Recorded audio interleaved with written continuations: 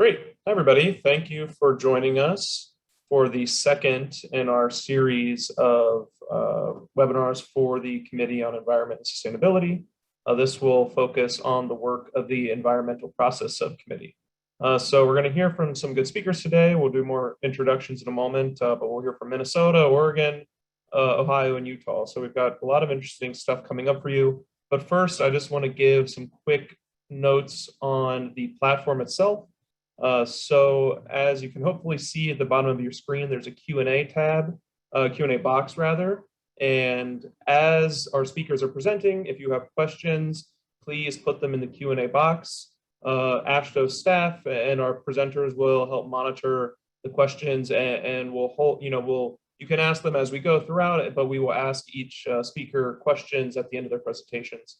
So again, if you have questions, feel free to put them in the Q&A. And if you have any concerns or tech issues, you can put those in the Q&A as well. And we will be sure to jump in and help address those. But otherwise, this is Zoom webinar rather than Zoom meeting. So you won't be able to turn on your video, unmute, things like that, like in a normal Zoom meeting. But again, I just direct you to the Q&A box and we'll be sure to answer any questions that arise. All right, now I think I'll hand it over. Yeah, go ahead. Well, welcome everybody to the environmental process portion of the AASHTO Committee on Environment and Sustainability's annual conference. I'm Chris Watanabe from Utah DOT and the chair of the subcommittee, and along with Carol Lee Rolfum from Washington DOT, she is our vice chair, and Daniel Virgin from Oregon DOT, who's our research coordinator. So the environmental process subcommittee is basically covers all things NEPA related, or lovingly referred to as NEPA nerds, and other topics under our subcommittee include Pell, noise, environmental justice, and public involvement. So today's meeting will be broken up into two sessions, with the first session focusing on interstate improvement projects. These projects have a number of traditional elements that you would expect thinking about interstate improvements, like ox lanes or improving traffic flows. But they're also looking to reconnect minority communities that were disrupted or destroyed from past transportation improvements. So we're all aware that equity and environmental justice are really being brought to the forefront by this administration, and I hope that these projects may help to support conversations or ideas for implementation on future projects within your own departments. So our first presentation is on the Rethinking I-94 project in Minnesota, and we have two presenters with us today from Minnesota Department of Transportation. First is Gloria Jeff, who is both the project director for the Rethinking I-94 project, as well as the Metro District Livability Director at MnDOT. In addition, Gloria also co-chairs the TRB Transportation and Equity Committee. And Gloria will be joined by Sheila Kaupe, who is the Metro District Deputy District Engineer at MnDOT. So with that, I will turn it over to Gloria and Sheila. Good afternoon. It is good to, in a virtual sense, be with you. I'm excited about this opportunity to share the platform with my colleague and most of the time my boss, Sheila Kaupe. We'll split duty in talking about this exciting new project called Rethinking I-94, and one of the important elements of it, which is livability, which allows us to deal with not only the NEPA required environmental justice analysis, but will also allow us to look at this focus on equity and how it becomes part of the process. Let's see if we can share our screen again.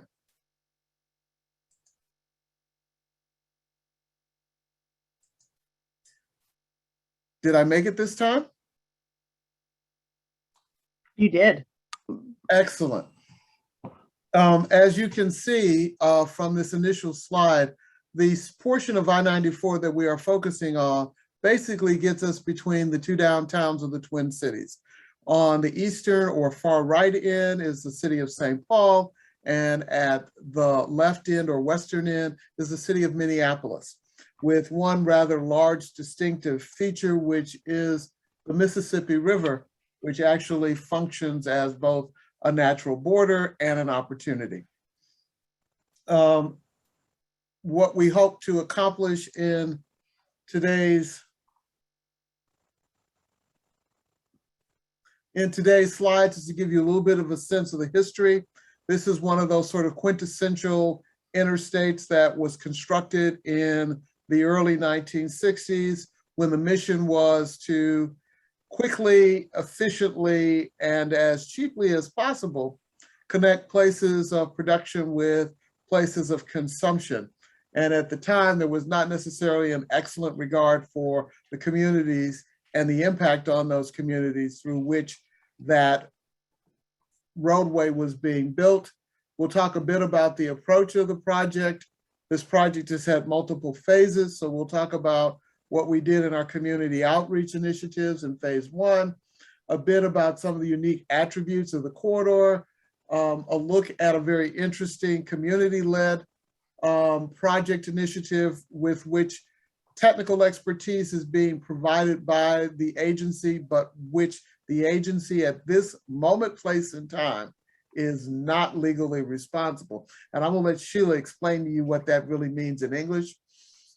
We'll talk a bit about some of the opportunities that we see with this corridor in terms of our interactions, not only with members of the communities along the corridor, but with national organizations that are advocating for particular sets of outcomes.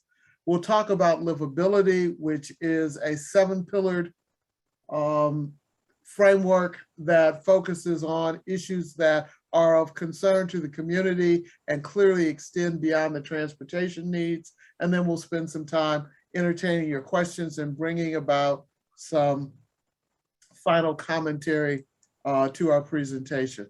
And with that, let me introduce Sheila Coppy. Sheila has over 20 years with the Minnesota Department of Transportation. She is a licensed professional engineer in the state of Minnesota. She has served in a number of capacities in the agencies, including prior to this position, responsibilities for that eastern or right portion of the study area that you had, which includes not only the city of St. Paul, but in the immediate close-in ring of suburban communities as well. Sheila is a native Minnesotan, and she does speak with a bit of a Minnesotan/Canadian accent. Ms. Sheila. Thanks, Gloria. I'll try to keep my Canadian accent to a close tie here, and close to the Twin Cities, which is less of my Canadian accent. So thank you. Yes, I appreciate the introduction and very appreciative to have the opportunity to present today. As Gloria mentioned, the Rethinking I-94 effort is one that is close to my heart and has been something that I've been part of since about 2010, before Rethinking I-94 was Rethinking I-94. The history behind Rethinking I-94, as Gloria mentioned, the interstate was constructed, started 1950s, 1960s, where we, Minnesota, like many other states, were on the mission to develop and build the interstate system as quickly as we could, probably as cheaply as we could, and probably with disregard to many communities that lived very right in where the roads were going. So again, we built 94, and we destroyed a number of homes. Again, mostly probably particular of interest as we started the journey was those impacts to predominantly low-income, minority, and immigrant communities. This, not unique to Minnesota, has led to a pattern of community distrust with MnDOT, right? And back to when we first did the project, to every subsequent maintenance project, repair project, nearby project that we MnDOT worked on, was essentially like coming back and rehashing what was done in the 1960s. Next slide. So we committed, right? So in 2015, I was at the healing ceremony that we had at the Rondo Plaza, which is now the Rondo Plaza, shall I say. we acknowledged in 2015 we needed to do better. Our past, transportation policies that dismantled those communities, we needed to do better, and we apologized with other members. So the mayor of St. Paul, other members of officials were with us when we apologized to that Rondo community, and there was a healing ceremony, right? So we knew that that was the start of a conversation of us doing better and committing to resources to do just that, do better. So Rethinking I-94 started in 2015 with that event. And it was our journey, shall I say, from 2015 to where we are now, of trying to and being successful in engaging and building relationships with communities, and not just building projects, but actually building projects and community relationships. So we have an engagement approach. Gloria's slide that she shows here is, we started this journey in phase one of talking about really people-centered, right?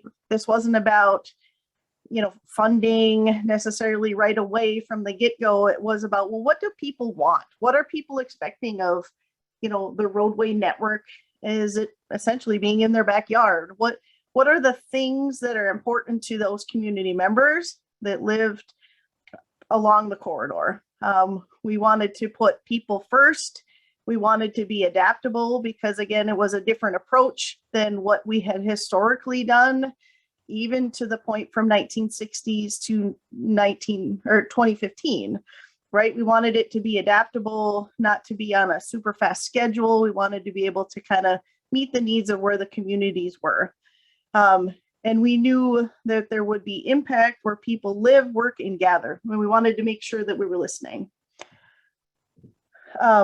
We also knew that resourcing it would be very important, right?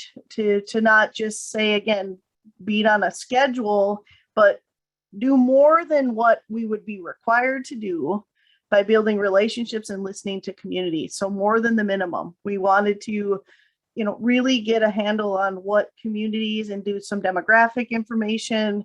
What are the community members that we know that we'll eventually be working with for an eventual project? What and who were they, right? And know more about their community. What's important to them? What do they, not necessarily about the number of lanes on the highway, but what's important to them? What makes them feel like this roadway or nearby roadways are part of their community? We, MnDOT, embarked upon, with Federal Highway Administration, embarked upon our first tiered EIS. And that was rocky at start, right? So we just kind of at the time dabbled in our first Pell. We hadn't done those at MnDOT. And so we embarked upon a journey of a tiered EIS. And so we're currently still in that right now. And of course, we still, on a daily basis, and Gloria would support me in this, is people want to know, where's the turn lane, right? Where's the new signal? Are we still having a signal? When are we building the bridge? In the tiered environmental processes, we're not talking about that yet, right? We're simply just not. So it's been a challenge with just the process associated to that in our engagement, and making sure we're always coming back to, we're not at that decision-making point right now. We're not making decisions. We're trying to build trust, and we're trying to be open with our process and not talk about that we're building a thing, because we don't know what we're building yet. And so what we knew from the phase one, the 7 pillars that Gloria will speak about too, is that there were more than just the turn lane or the signal timing that were important to the communities, right? They had these other really important elements of equity and how do I get a job, and sense of place, right? Which were things that 2016, 2017, we at MnDOT, well, we talked about it, we weren't really talking about it. And so fast forward to, 2018, 19, 20, we embarked upon saying the livability portion that we learned in phase one would be a goal for our project, right? So we'll have primary and secondary needs as part of our environmental process, but we also recognize it's really important to bring in the livability. So what we know from the tiered environmental process is that that we had a really, really long project corridor. When we first embarked upon it, it was close to 15 miles long. And we also knew that that was a lot of geographic area diversity, the river in the middle, two major downtowns, that the length of the corridor just in itself was very complex and a lot going on amongst a lot of national conversations about climate change and BMT reduction and such. And so we embarked upon the tiered environmental process to sort of say, well, let's set kind of like a vision for the corridor itself. And we also knew that funding, while we didn't have necessarily dollars assigned, we knew that we would continue to keep having small projects sort of come up, like a bridge replacement, for example, which again may feel, and again, necessary to do, but it wasn't really strategic from a program of projects. And so we wanted to sort of say, let's, instead of just doing a pavement project every 5 years, let's sort of figure out what the right solution for the corridor is. Gloria, any other items that you'd like to add for the tiered environmental? I think the other component of it was because we were relearning a new environmental process, and because there were a number of changes that were occurring in the approach to the environmental world between the Obama administration and the immediate past administration, there was a lot of uncertainty about our ability to complete it within the 2-year requirement. And so we wanted to give ourselves the flexibility that we needed to be able to extend what could clearly be a pick your favorite 9-figure number, multi-year development of projects and delivery of projects. We wanted to maximize our flexibility. The tiered approach allowed us to look at the corridor as a whole and then identify potential projects that would undergo whatever element of the environmental process. There's Americans with Disability Act work that we know that we can undertake almost immediately as part of an exemption status. On the other hand, we have major bridges that place some challenges for us in that we have a high water table, which means that lowering isn't the way to get the clearances that we need. We have frontage roads along the St. Paul side of the corridor. And so what do we do to match those lines when we modify the bridges? There were just a lot of complexities that needed to focus on a particular location and not just on the corridor as a whole. Thank you, Gloria. That was good. We also knew that with this rethinking I-94 effort and saying we need to do better, we also knew we needed to do better on how we engaged policy level, community level folks, technical professions in both of the cities and the counties. And so even to this day, right, these are committees that we've set up, right? So we have a policy level. So we know that many of the decisions, we have a major MPO that oversees some of the work that we do as well, that they need to be involved, right? If we're talking about changing the way we do business, that also might mean some of the regional plans, like, are they consistent with what we're hearing within the community? So we have a policy advisory committee that's made up of local officials, elected officials, elected state officials, and also appointed officials. So it's a 30 plus people that show up or are invited. We also do those now with COVID online, so people can listen in to the conversations that we're having. And we try to do those monthly or at least every other month. So the Policy Advisory Committee has been meeting since December of 19. A good, robust conversations that occur at those meetings, for sure. We have a technical advisory committee, which again is typically made up of the engineers that are at the city or the county staff level, and they're helping us from technical level. We have a project management team, which is made up of our consultant that is helping us along with Federal Highway Administration, MnDOT staff, again, helping us kind of identify things that we've heard at the committees, and then also be able to kind of, answer the questions.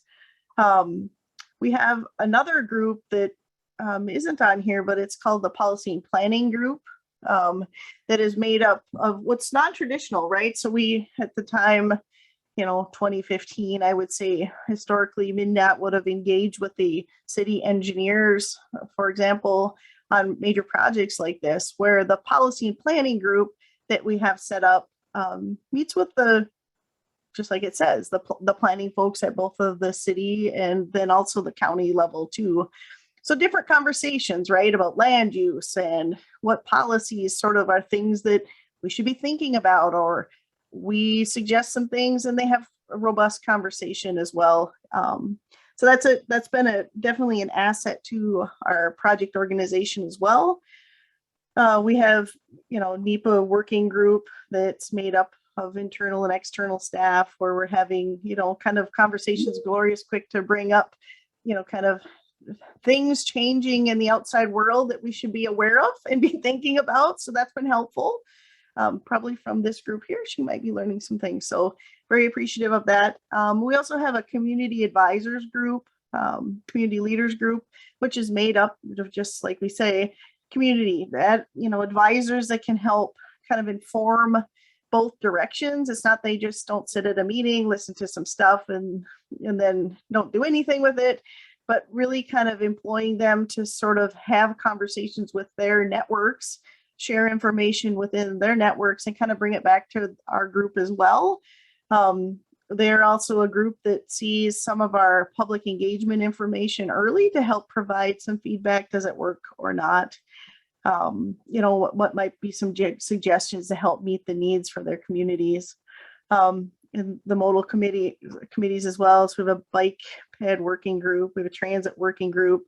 We also have a committee on bridge infrastructure. So a bridge working group that, again, we have bridges, I don't know the number of it, 50 or more bridges along the corridor that are in various ages of, conditions and needs, right? For both meeting MnDOT needs, structural needs, community needs, but sort of having conversations about that too. And then we have a traffic working group as well that meets talking about impacts as it relates to, VMT reduction. And I see Tim Sexton is on this call too. He wants me to say, you betcha, to kind of bring in that Canadian accent. But to the degree of, COVID impacts, we brought in some national conversations about what does it mean to do some sensitivity analysis for this. Easy pass lane, min pass lanes, to just, keeping the road the way it is. So lots of robust conversations. In addition, that particular group has had to wrestle with the challenges of doing their work pre-pandemic, during the pandemic, and then projecting what may be the world after the post-pandemic. Here in Minnesota, we've seen a return to the same kind of volumes, or almost the same level of volume that we saw before March of 2020. What we have seen are some differences in when that travel occurs and why that travel occurs. And part of our traffic group has had to wrestle with our partners at the Metropolitan Planning Organization about whether or not these are hiccups or whether or not these represent permanent changes, and what modifications ought to be made to the regional model that is being used to project travel in the future. One of the things to note that we have some interstate roadways that primarily north-south roads that prevent freight traffic on them. They are, which is there's freight routes within the Twin Cities area as well, from some historical context within the St. Paul area particularly. So freight movement is important for us as well. So that group does sort of struggle with some of those topics as well. This is the Planning and Policy Advisory Committee, the PPC as we call it, at our team meetings. Again, traditional government agencies, but represent the policy and planning folks. University of Minnesota, the CAP board, which is around our Capitol complex, which is overseen by the governor's staff. They sort of, I believe that's how we articulate it. They report to them, so they have a vested interest. Plus, much of the architecture that's around the Capitol was influenced by that group. And so Federal Highway Administration as well is part of that policy and planning group. And again, focus is on the livability pillars and their inclusion into the evaluation of potential alternatives. So we mentioned that the livability is a goal as part of our program of projects that will move forward, and is important as this group will help shape some of that as well. So next slide. If you kind of play into the pulse of any of the stuff going on in Minneapolis, St. Paul area, one of the popular topics is the Rondo Land Bridge. As I mentioned, that I've been involved in the St. Paul side, and Gloria introduced me. As I was involved in the St. Paul side since about 2012, doing those projects such as replacement head bridges, doing some pavement work. And every time we did a project, it was like invoking something bad. So Reconnect Rondo sort of emerged, around that same time, started having some conversations, and it was well before, much of the nice work that they've done now has occurred, right? So we know that Rondo Land Bridge, being led by RCR, Reconnect Rondo, is not a MnDOT initiative, right? We know that it lives within the corridor that Gloria and I have been talking about, but it's not our initiative. And frankly, they don't want it to be our initiative. They want to lead the effort, right? And so they've done a fair bit of work. And this slide is to also depict what it might look like to put this, the land bridge in the heart of Rondo. It also shows the price tag that comes along with it. So $460 million is a big endeavor just for anybody to sort of generate funds for. Plus, it's not part, did I mention that it's not part of our project, which is also sort of a challenge when we start thinking about our tiered environmental process, because again, this may probably change whether it's the grade or the traffic impacts or the noise impacts or the drainage impacts. I mean, there's a multitude of things. Plus, we have some infrastructure of bridges that exist there. And sort of the question is, do we need to replace them in the future, right? Gloria, other topics we should add to this slide? Probably one of the most significant elements about the land bridge is it's one of those communities that was divided when the initial construction took place. The effort is being led by individuals who were residents of the area that was lost. It was the largest African-American community in the state of Minnesota at the time. The concept of the land bridge is to restore connections between the two sides that were divided. While they may be able to see one another out their front doors, their ability to actually interact was different. And the community used to be very well connected. There were churches on both the north and south side of what is now Interstate 94, which were social and cultural hubs in addition to places of worship. The idea is the restoration. The challenge for MnDOT is that it is a community-led initiative, but it intersects directly with MnDOT's air rights authorities and alternative uses. The city of St. Paul is actively engaged in the effort as well, because it creates an opportunity to create new taxable land for the city. For those who were there before, it's an opportunity to create a new cultural center district for that area. And at the end of the day, it's the idea that we could that there could be a reconnection of parts of the community.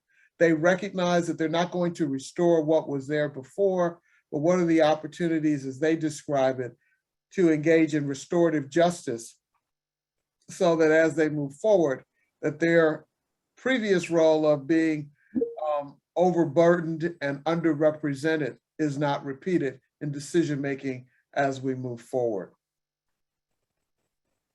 Thank you, Gloria. Sheila, we're running a little long on time, so govern yourself accordingly. Indeed. So in traditional, we'll include traffic volumes. We talked a little bit about how the changing, whether it's VMT reduction, climate change, pandemic, sort of pulls into the, changes. There's conversation about increasing transit usage along the corridor. We had a thing that happened in 2007 where a bridge fell down, unfortunately, in Minneapolis. So that changed some of the usage of 94 as well, and bus shoulders and such. Plus, we built a bus rapid transit, or a transit line, should I say, just north of 94, which provided some connection between Minneapolis and St. Paul. So that changed some of the, the usage and how people do move around with transit. But there's a recognition from some community members that there's still a gap and a need that needs to be served on I-94. Again, Gloria has a few slides up here, the civic voices, right, amongst their local council members, commissioners, state legislator, social justice advocates. So there's plenty of people we're hearing from, and what's happening with the project now. Right, so we show the slide. We've sort of been slowed down a bit with the COVID pandemic and the fact that we had some civil unrest that occurred in the Minneapolis-St. Paul area too. So it wasn't an opportunity. People's mindsets weren't really at a place where they wanted to engage about a corridor, whether it was about an actual I-94 or such. So we did take a pause. This slide here, there's more information on our website about this, but it does show that the livability framework is part of our phase 2 study that we're currently under right now, outlining some of the scoping decision document that's, Minnesota process, Federal Highway Administration process, and then eventually that tier 2. In the tier 1 EIS, we are talking, as I mentioned, about the goals, which is the livability framework. Again, initial products, we have a virtual open house online right now, outlining the goals. Again, what we heard in phase 1. We have draft documents with the purpose and need evaluation criteria and the logical termini. We are right now, again, doing engagement the best we can. We're able to do in-person events. So we're doing pop-up events at different community meeting where community members are to gather input. MnDOT's got several different roles. Instead of us just providing information, we recognize that we are leaders. We're also facilitators, kind of to convene people together. Even if we're not the right lead agency, we recognize we play a role in that to convene people together. We also know that community values beyond transportation, problem and solution is very important. I think that was a definite learning thing that we've done. Again, as I mentioned, there's a virtual open house online. The website is mentioned down below. Feel free to check it out where we're at right now. I'm going to move very quickly through the livability initiative to give you an opportunity to pose questions. As I am looking, the chat box is already starting to fill with questions, and Sheila and I are going to welcome the opportunity. I want to talk a little bit about that doing more than the minimum.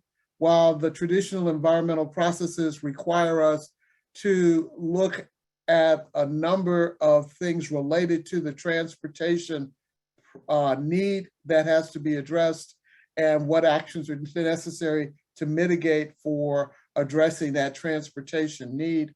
We also felt that in talking to folks in our phase 1 effort, that the community's values extended beyond just those of we need to fix the pavement, we need to make sure the bridges meet the new federal highway requirements for minimum clearances, that the noise walls needed to be better, that the retaining walls required attention, but there was more to their transportation needs as well. One of the things that we didn't mention is that about a half a mile north of the corridor, we have a relatively new light rail transit line that's been installed in the last 10 years. It was in one sense a blessing, and in another sense an opportunity to continue to build mistrust. We have a very interesting history that I won't go into about where and how and why transit stops were planned for bus rapid transit, with an opportunity for many to be engaged in that process. The livability initiative is being carried on as a parallel to the environmental process. It lets us move beyond the minimum. It allows us to activate our roles of facilitator and as partner beyond just construction of roadways. It will inform the evaluation criteria and the project goals, and it will be considered when we get to the alternatives analysis stage of the environmental impacts process. The sort of three roles that Sheila hinted at for MnDOT include this leader role, which is the one where we are, by nature of legal requirements, able to take certain roles. Highway construction, highway planning, highway design are areas where we provide leadership. Partnerships are those areas where, in addition to MnDOT, we have to engage the Metropolitan Planning Organization, or we have to integrate the needs of local units of government in their activities, as well as, in some instances, becoming a better partner with community-based organizations as they try and address their multiplicity of needs, wants, and desires. And then finally, it's the facilitator role. As Sheila indicated, it's not always where we have statutory authority to write the check, but it is also where is it that folks will show up to a meeting because the DOT called it, and everybody knows that the DOT has an unlimited source of dollars. So even if they just push some money off the table, you want to be in the room to get some of that money that falls off the table. And yes, my tongue is severely in my cheek as I say that. We've talked about the livability framework. It grew out of our conversations in phase one with the community, and it talks about what is it that folks expect to be looked at, and they want to have this whole issue of health and the environment. We are going to be working with Tim Sexton, who is on this line, who is our Assistant Commissioner for Sustainability and Public Health, so that we look beyond those activities required in the NEPA and in the Minnesota process and go beyond that.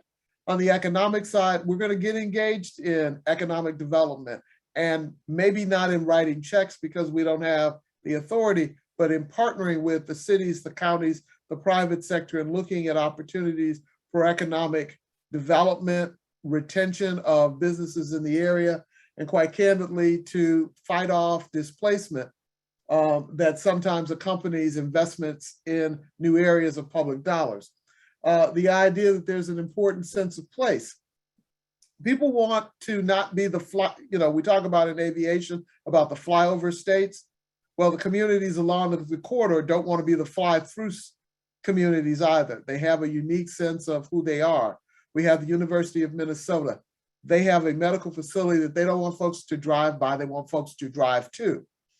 It is home to a half a dozen major universities. It is home to almost a dozen ball fields and professional caliber stadiums along the corridor as well. So we want to make sure that those senses of places are there. Safety has been defined to be not only about how we make sure that our efforts are successful in moving toward zero deaths, but in recognizing that lighting is an issue, in that grandma isn't going to walk down the street if she can't see more than 20 feet in front of her, because we have dimmed down the wattage so that we can enjoy in an urban core the lights of the stars. The same is true as we talk about the kind of safety that's needed with extra wide sidewalks, because I'm no longer the mother of a toddler, but I remember what it was like when you needed a little bit more distance to do that second snatch as your child saw something in the roadway that they thought was really cool, and all they were focused on was the thing that they saw in the roadway. And 3-year-olds just have no clue that that thing that looks like their favorite Tinker toy can do them harm.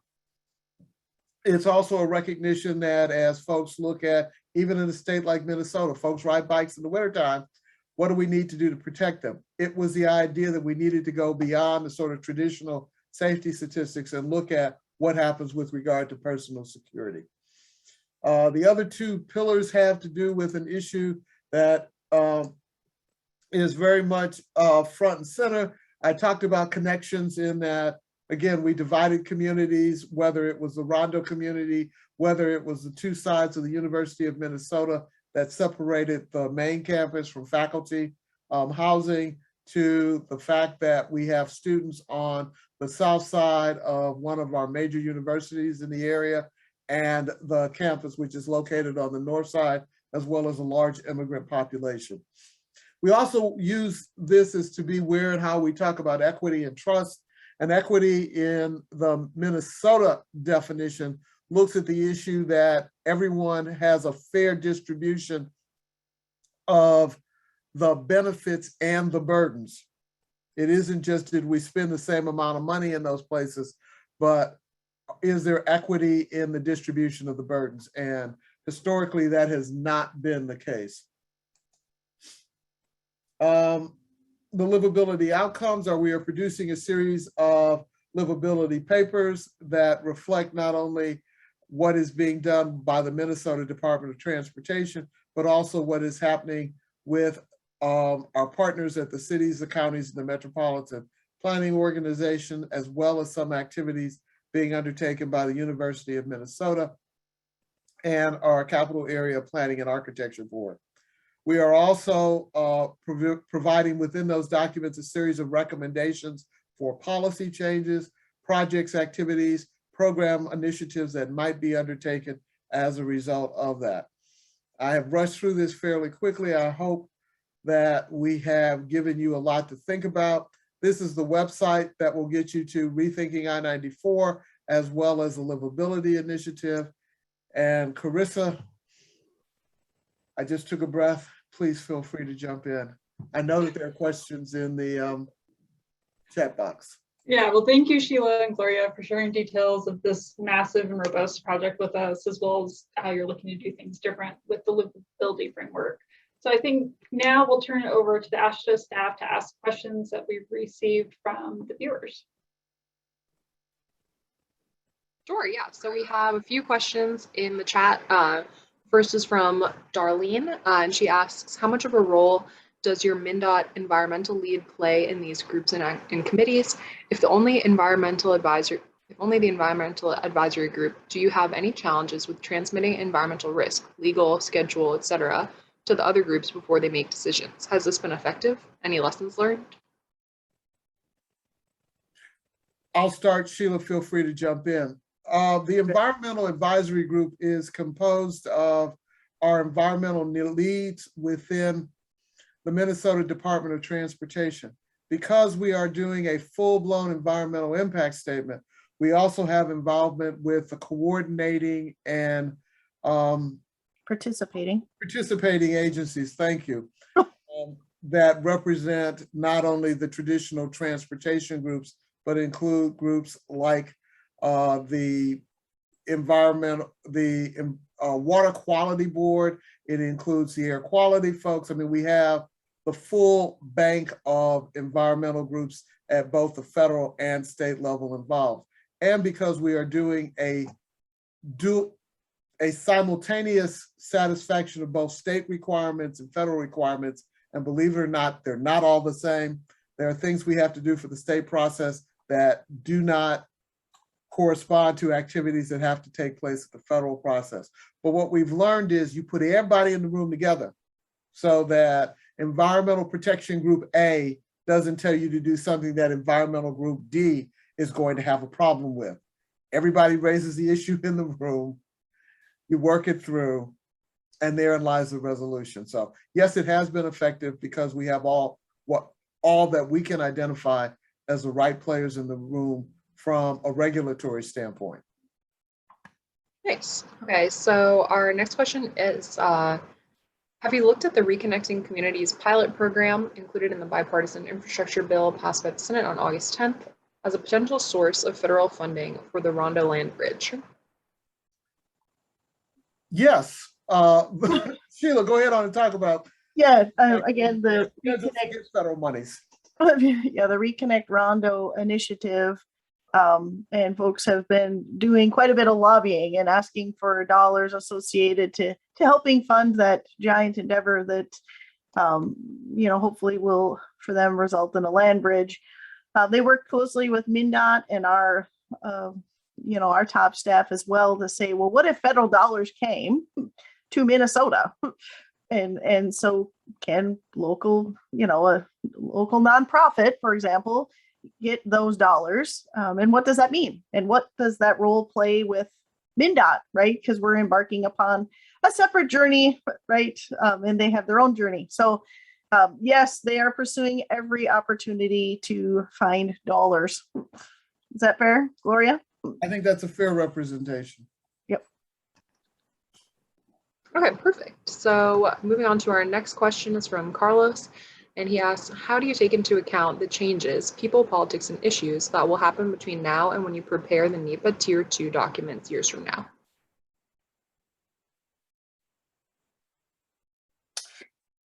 I think the answer on that one is that's part of why we've tiered the approach. Tier 1 allows us to do an environmental review of the entire corridor. The second tier of a phased EIS will allow us to do the individual projects. And yes, there will be changes, but there are some projects that we'll be able to deliver in a relatively short time frame because of the environmental process. There will be others where if we've got a major freeway to freeway interchange at each end of the corridor or very close to the end of each corridor, as well as a major trunk highway to interstate interchange. Those will probably require a second environmental process because dollars will not necessarily be available for those additional ones in the time frame of our study. So we'll move on and try and identify funding in that way. Okay, perfect. So that kind of wraps up our time for questions, but all the other questions that are in the chat and the Q&A, we are taking note of and we'll pass along. Thank you. Again, we'd like to say thank you for the opportunity to present to you today. And I'm going to do one last plug, and Sheila's going to laugh at me. While I realize that you are tied up in this session today, I would encourage you to attend the Conference on Advancing Transportation Equity being sponsored by the Transportation Research Board in a virtual environment. It began today, will continue through Friday, Monday, and Tuesday. Tomorrow, it will kick off with a panel discussion from Acting Administrator of the Federal Highway Administration, as well as a panel of representatives from USDOT, EPA, HUD, and the Department of Energy to talk about Justice 40, which has to do with equity, use of equitable distribution of dollars under the Biden administration, where 40% should be spent on those activities that were that have not been provided to urban, overburdened and underrepresented communities. Thank you. Thank you. Thank you so much. We really appreciate you both, Gloria and Sheila, for your presentation. All right, so our second presentation of the session is the I-5 Corridor Improvement Project in Oregon, and we have two presenters with us today from the Oregon Department of Transportation. First is Nikatris Perkins, who is the Assistant Director of Social Equity for ODOT, and in this role, she's focused on imperatives to prioritize diversity, equity, and inclusion by identifying and addressing systemic barriers so all Oregonians can benefit from transportation services and investments. And she'll be joined by Megan Channel, who is the Rose Quarter Improvement Project Director with ODOT's Urban Mobility Office. Megan has over 15 years of experience as a transportation planner and is responsible for project delivery through the environmental review, design, and construction phases for this project. So with that, I will turn it over. Wonderful. Thanks, Carissa. And thank you for having us today. I will kick us off. And Melissa, thanks to you for running our slides. Perfect. So yeah, Nikotris and I are here to talk about social equity and the I-5 Rose Quarter Improvement Project within the Oregon Department of Transportation. But a quick orientation of where in the world are we. So you can see here we're located in Portland, Oregon, and the I-5 Rose Quarter Improvement Project is located in the heart of Portland, really just in the central city area. This map shows the project area generally outlined in orange. We're focusing on the I-5 corridor between I-84, which you can see to the south, and I-405, which you can see to the north. We are just east of the Willamette River that runs through the central portion of the city, and to the left and the west on your screen, you can see where downtown Portland is located. So this project is focused on, again, the I-5 corridor between this area where three interstates come together, as well as the local street system that conveys high traffic volumes through this area, as well as some of the highest bicycle and pedestrian volumes within the city of Portland. Add in high frequency transit, streetcar, the fact that Moda Center is here where the Trailblazers play, and a number of concerts, of course, pre-pandemic and hopefully soon enough, add thousands of individuals to this area. So just for context, it is highly urbanized. But from a historical perspective, I think a lot of the themes that you'll hear from us today, you also just heard from Sheila and Gloria in Minnesota. But this image really goes back in time and looks at the project area with an aerial image from the 1950s. And before we talk about what the project is, it's important to understand the history and context. This area of central Portland was the historic African-American neighborhood. We did a number of interviews with individuals who lived in this area and understand that it was a vibrant and thriving community. Individuals that lived there had everything that they needed, friends, family, grocery store, all the amenities to serve the community. And when I-5 was constructed, oh, we can go to the next slide. Melissa, my apologies. This is the slide I was referencing in terms of the prior street grid. You can see a historic photo of one of the kind of primary cultural centers within the community as well. So in the next slide, when I-5 was constructed in the 1960s during an era of national highway building, I-5 changed the dynamic of that community, of the African-American community, and really disconnected and displaced the African-American community out of the central city. And this history is very important as we look to implement improvements to the interstate system moving forward, as that historical context through the social equity lens is helping to guide our approach as we go forward. So on the next slide, what are we here with the project? What are we doing? What's the purpose and need? And so with I-5 being constructed in the 1960s, there haven't been any improvements to that system since. There are 2 through lanes in each direction, but with the growing city, regional, and state populations, it has compounded to some significant needs in the area as it relates to traffic flow and safety. And so the purpose of the project, as it was developed, is to improve the safety and operations of I-5 between Interstate 84 and I-405 in the interchange area in the center. This is again based on the need of this 1.5 mile segment being the top bottleneck within the state of Oregon. Also having the highest crash rate on an urban interstate within our state. As of 2021, was also ranked as the 28th worst freight bottleneck in the nation.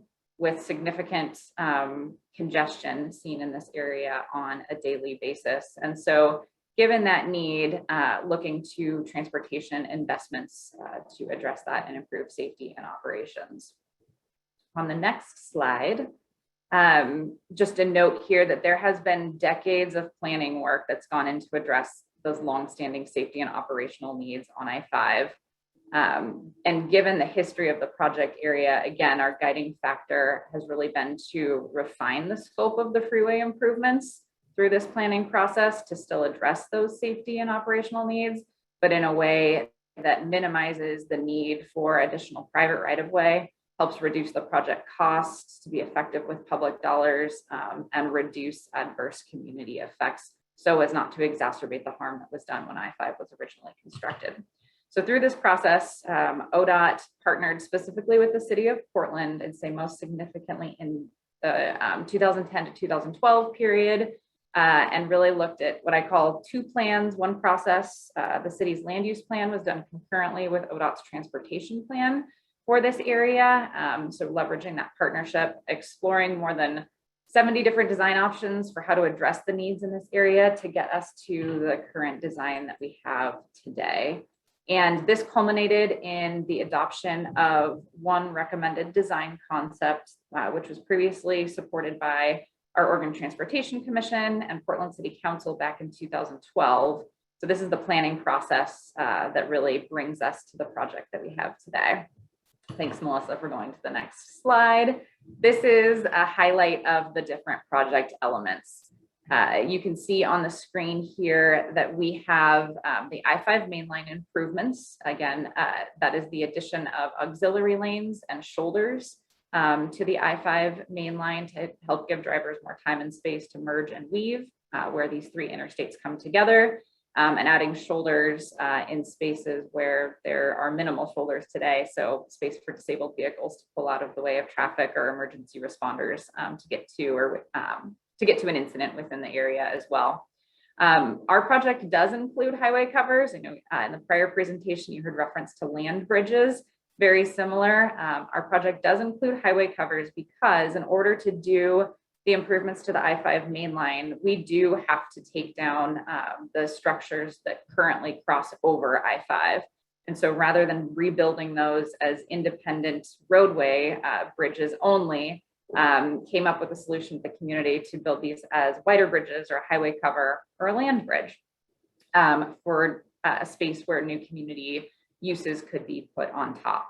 There's also a number of community connections that are added as part of the project.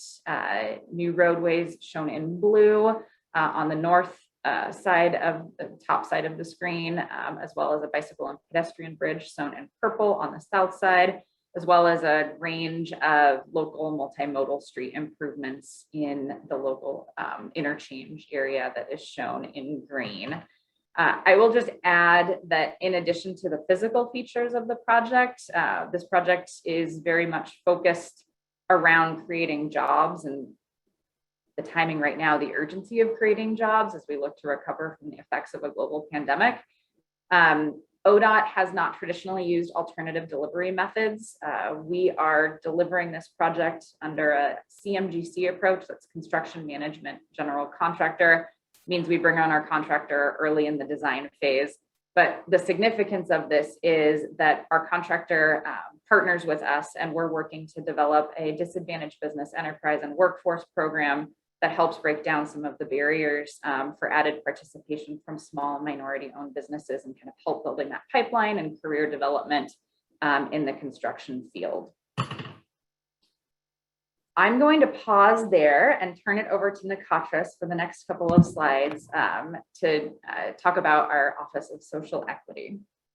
Thanks, Megan. So what I'm going to do for the next couple of slides is just ground the project, the I-5 project, Rose Quarter project, in our Office of Social Equity. The Office of Social Equity is post the Rose Quarter project in terms of the start date, which is why we've done it in this order, right? So all of those things were figured out, and then the Office of Social Equity is standing up, but it has been open for a little, it has been in office as I've worked at ODOT for a little over a year.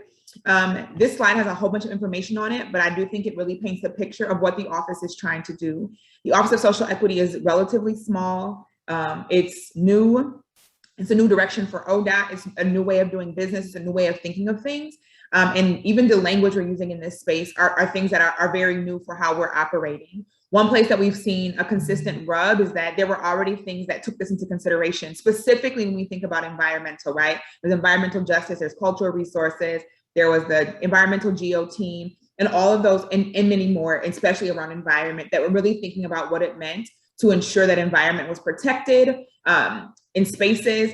And so that has often been placed like, well, that was with the equity work. And unfortunately, in that work, which is great, it also has left out a bit of a space. And so when we think about an expressway, I-5 in particular, Megan mentioned how it changed the dynamic of a community. So yeah, it did change the dynamic of a community because it created generational poverty. It interrupted the wealth building of a community, a Black community. It displaced people in a way that they have not been able to recover in the city, and not just Portland, but many cities, right? So on the left-hand side of this, we talk about what equity is from a definition. We are talking about what it means to understand systems of oppression, which historically transportation and highways in particular have been a system that has done that throughout the country. And so how do we acknowledge that and figure out how to, at the very least, minimize harm moving forward. We also are thinking about what it looks like to have fairness in outcomes. We've seen a lot of things that talk about, we want to make sure everybody has the same thing. And I know that, I believe it was MDOT who just talked about, Gloria just talked about not necessarily having fairness in making sure people get what they need at the input part, which is where we're really thinking about equity, which means people are going to get different things on the front end to give us an opportunity for access and opportunity for fairness and outcomes. And then finally, it's really thinking about the redistribution of resources, power, and opportunity to communities who haven't historically had it, especially in a transportation space. The Office of Social Equity is not doing this work as like the office who does everything. And if you just make sure you tap them, they approve stuff and move it forward. What we're doing is creating the tools and resources so that the entire agency can do this work. And so what does it look like for social equity to be embedded and infused in our processes, which is a huge lift. So I think in a lot of the things I'll talk about, they'll probably generate more questions than answers. For sure, I think that ODOT has done a lot of work over the last, I guess, almost year and a half around really wrapping our mind and our work around social equity. And also we have a lot of work to do. And so we're thinking about new things and learning new things along the way.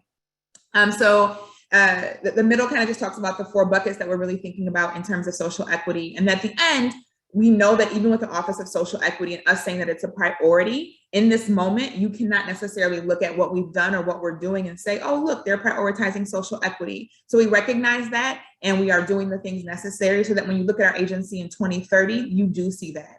On the next slide, it really shows you some impact statements that gives you that understanding. So these 6 impact statements are what will be true of ODOT as we move forward. And I want to highlight the one in green, where transportation investments benefit neighborhoods and communities that have experienced systematic harm in the past, right? Because the community that was displaced for I-5 has been displaced again and moved one more time for a variety of different things, whether it was city, county, or state, transportation or housing issues, business, economic, gentrification. There's a whole bunch of things that have done that. And so what does it look like for our transportation investments to think about that not being someone's or a family's or a community's consistent experience of the systems in which they participate because they are citizens and live here?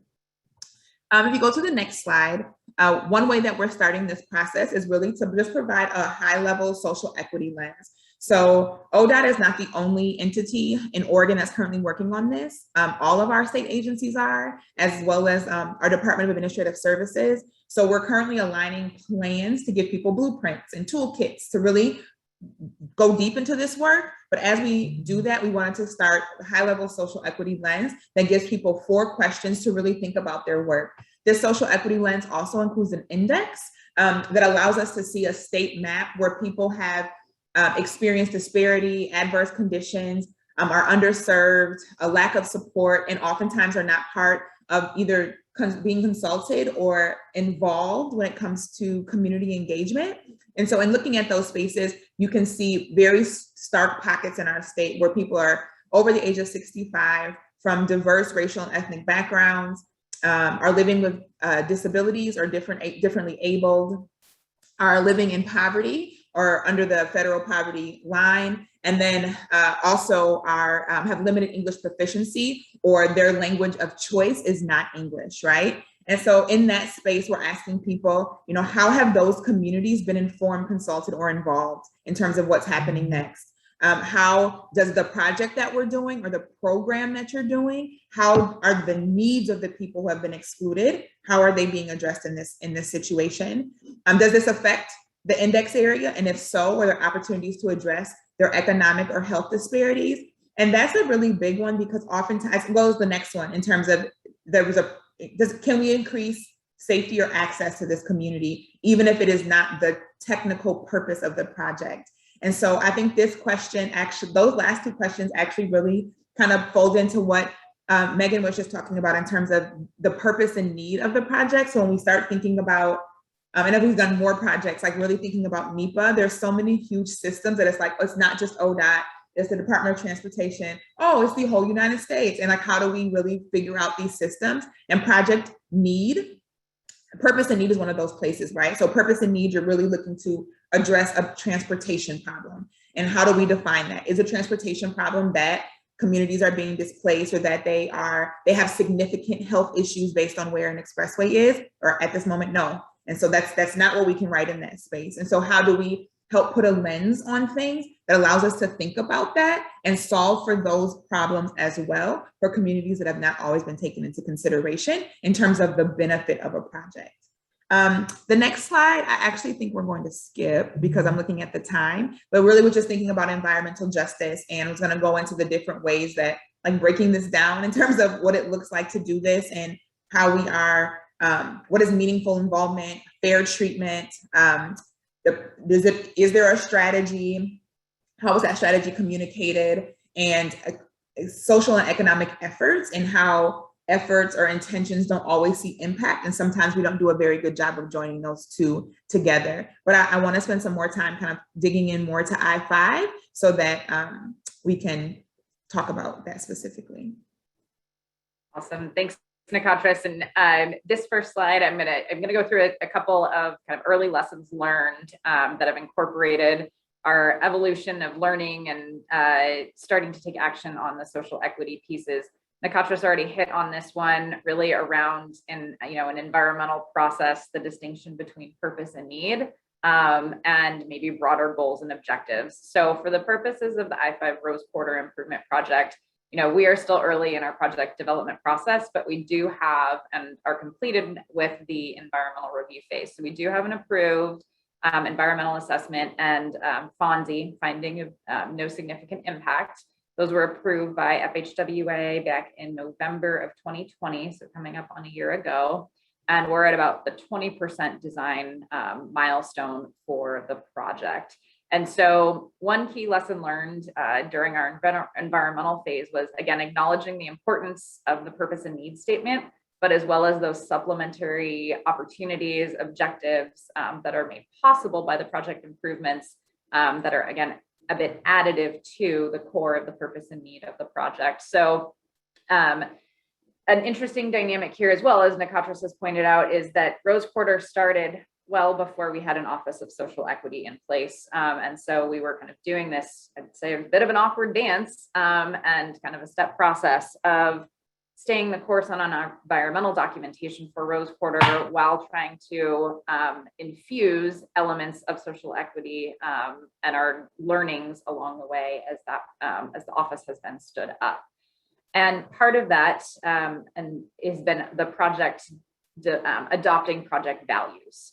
So this was following the environmental phase as we look to the project design phase in partnership with community stakeholders and ultimately our executive steering committee made up of elected leaders as well as community partners, really defined 4 key values to guide our work moving forward. I'd say a central one is really the restorative justice value.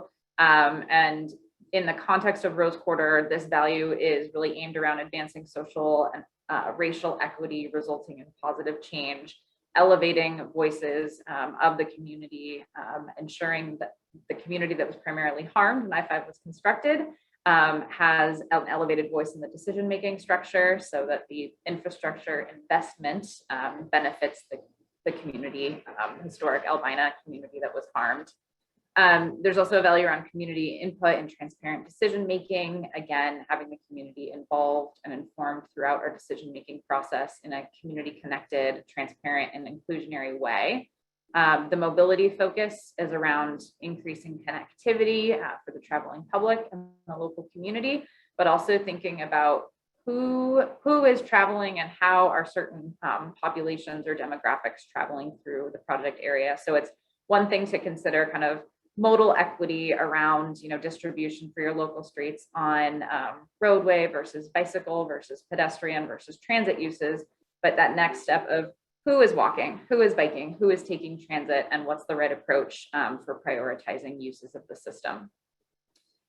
We also have a value around climate action and improved public health, really around climate action goals, reducing greenhouse gas emissions to help meet our local, regional, and statewide goals. So again, I'll just emphasize here, the key lesson learned here is that the reason for the project is and should be defined in your purpose and needs statement. This is kind of the why of our transportation infrastructure improvements, but just an acknowledgement that there is more than an agency can take on to advance the broader community objectives. And through that lens of equity, for Rose Quarter, we developed a whole separate section in our environmental document that was related to goals and objectives that helped transcend beyond just the why, the purpose and need of the project, while still staying within the bounds of what is directly related to what a DOT can influence and create. On the next slide, this lesson learned is really, again, an emphasis on understanding and acknowledging the historic context of your project area.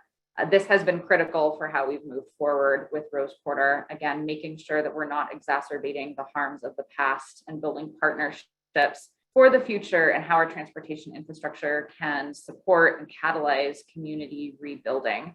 I think it's also really important as a DOT to be honest and clear around what you can and cannot do.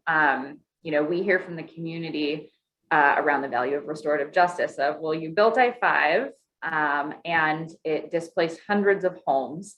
So the community is asking for, reparations or to restore the past. While that is an ideal outcome, we recognize that that is not something that the DOT can realistically take on at this point. And so what are ways in which, in acknowledgement of that we can, again, further the goals of the community and with that emphasis on ensuring that we're not repeating the harms of the past. Can I just jump in real quick, Megan? Yeah, absolutely.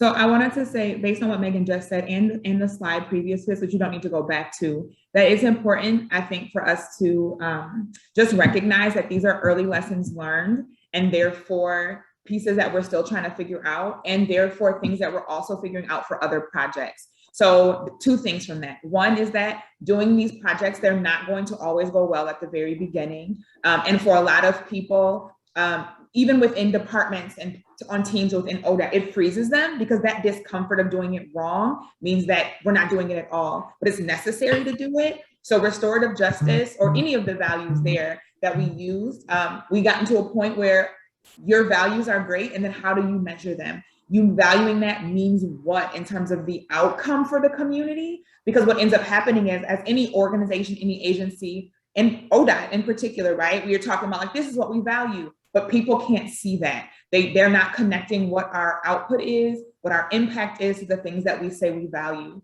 And so we have to connect those dots for people and be able to say that.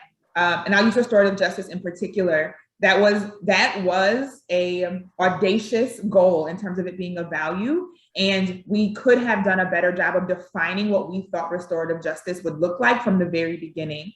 And I don't think we did a great job of that, because for restorative justice in many places, that means that the harm that was caused, the issues that were caused for people, it would be restored, right? So It makes me think about the reconnecting communities. I know that was asked about in the last presentation. We're starting to stand up the committee that task force and workforce that will really look at what it would mean for us to reconnect communities based on any money that ODOT may see, right? And what that would look like for us to be able to talk about reconnecting communities, because what we're trying to do is reconnect people that have been displaced. So for us in particular, a highway and other highways who have cut through communities, how do we then reconnect the people who don't necessarily live there anymore? And how do we make sure that people are not continuously feeling the substantial socioeconomic impacts from what transportation has built over time?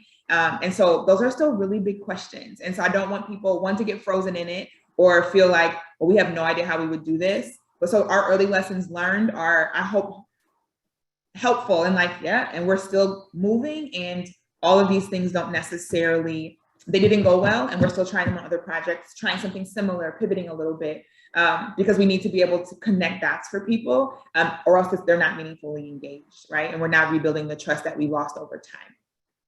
Sorry, Megan, go ahead. No, that was wonderful, Nikatris. And adding on that too, I just heard a quote within our project team in a meeting just last week of, you have to restore people before you can restore place. And as a DOT, we're so focused on the place. And so as Nikatris said, it's how do we acknowledge in a stronger way the people component that is not the, I'd say, core of what our DOTs have been, but what we're trying to be as we move forward. And to Nikatris's point as well, we have so much more work to do. And we've taken some steps to demonstrate some action to rebuild and demonstrate trust with the community. But again, we are still within a trust deficit and we have a lot more to go. But a few key things that have been very helpful for us in at least 2 steps forward, 1 step back, is standing up what we call, it's the Historic Albina Advisory Board. It's our community advisory committee that's really focused around informing our design process as we move forward, centering voices of the Black community to ensure that the investments that we're making reflect the community interests and values of Historic Albina, and that the community benefits from the project investments. We've also stood up what we call a community oversight advisory committee. This is made up of volunteers, contracting experts, prior business owners, focused on providing oversight to us as an agency, as well as our contractor team around our disadvantaged business enterprise and workforce program. So specifically, how can ODOT proactively reduce barriers for contracting opportunities with small and minority-owned firms? What pipeline building and technical assistance can we provide to advance a diverse workforce moving forward? As well as the build out of our project team, hiring community leaders of color on our project team as leaders, as strategic advisors, as our facilitators to guide our work and help us build those stronger relationships with the community. And it's really about investing in the community so that the community can talk to the community as it relates to the project. On the next slide, my last 2 slides here, in addition to the prior 2, it's really focused around kind of a process of embracing independent or peer reviews to bring in kind of new thoughts and approaches into the work. So we did 2 independent peer review processes. This one that I'm speaking of here was focused on our environmental process. The second one that I'll talk to in just a moment was related to a design process. So during the NEPA phase for our project, we received a number of comments that involved the lack of belief in some of our technical analysis, specifically around public health. So with air quality, noise, greenhouse gas evaluations, the environmental assessment and the technical analysis found that the project would improve air quality as compared to not building the project, and would reduce pollutant emissions with improved traffic flow and less stop and go traffic on I-5, and also would improve noise levels near primary sensitive receptors. There's a number of residencies in this area, as well as a middle school immediately adjacent to I-5. And so with sound walls, we would be improving the noise levels as well. But given Given the controversy and the stakeholder comments on these topics, the Oregon Transportation Commission directed our agency to conduct an independent peer review to further assess really the adequacy of those NEPA analyses and to learn how the project could further address concerns during the design and construction phase. So we hired a neutral facilitator, a six-person panel of national experts around air quality, noise, sustainability, community building to conduct this evaluation. So there were 2 panel sessions that were held, participation from our partner agencies. And so this was definitely a moment of vulnerability in our process. We weren't sure what the outcome would be.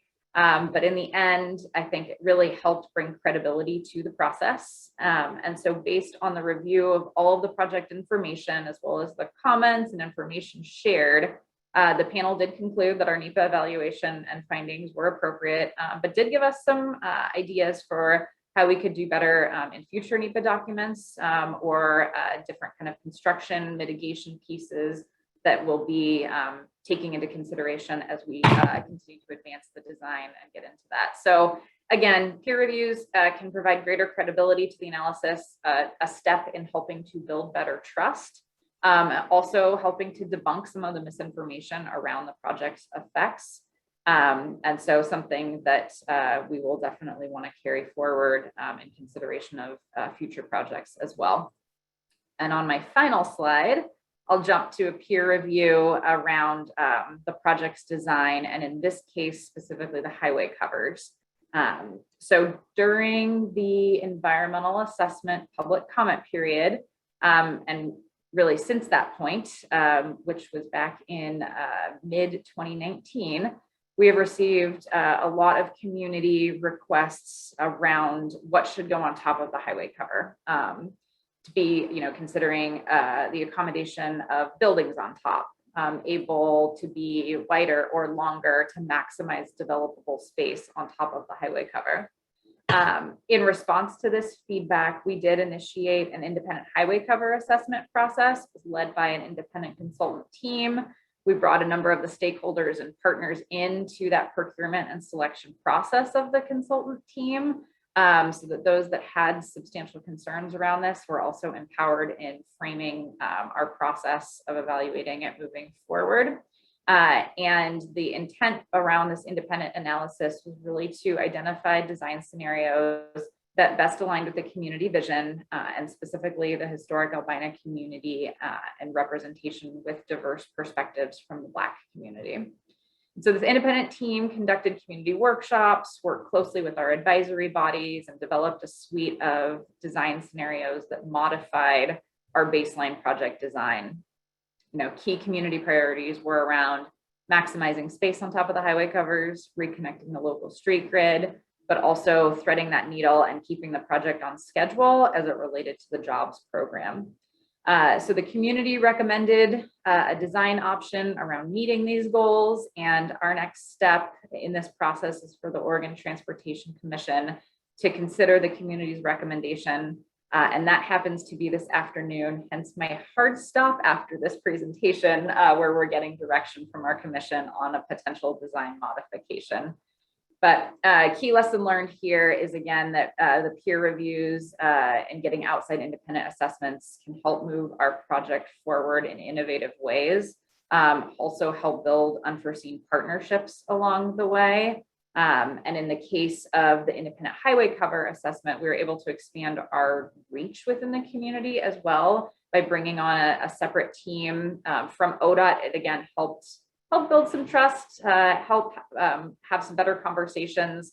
Whereas if we were having those as a government agency, they would have been more difficult to have candid conversations and feedback. And so in this case, it really helped kind of demonstrate some action towards our value of elevating voices of the community that was most harmed when I-5 was constructed. So I will pause there. We obviously have a lot more work ahead. Maybe in a year or 2 or 5 or 10, we can come back with more lessons learned and help set the best trajectory forward for future projects within our DOT. So thank you. Great. Thank you, Thanks, Megan Megan. Catras, for Okay, Sorry. so Bill's Go going ahead, to Chris. go with the questions, but thank you both for presenting about your lessons learned and how you guys are really prioritizing social equity and building back trust within the community. So Bill, I'll let you ask questions. Great, thanks. And thank you both, Megan and Nikotris. We have a hand raised from Laura Hilden. So Laura, I'm going to allow you to talk, which I just did. So you should be able to unmute yourself now and ask your question.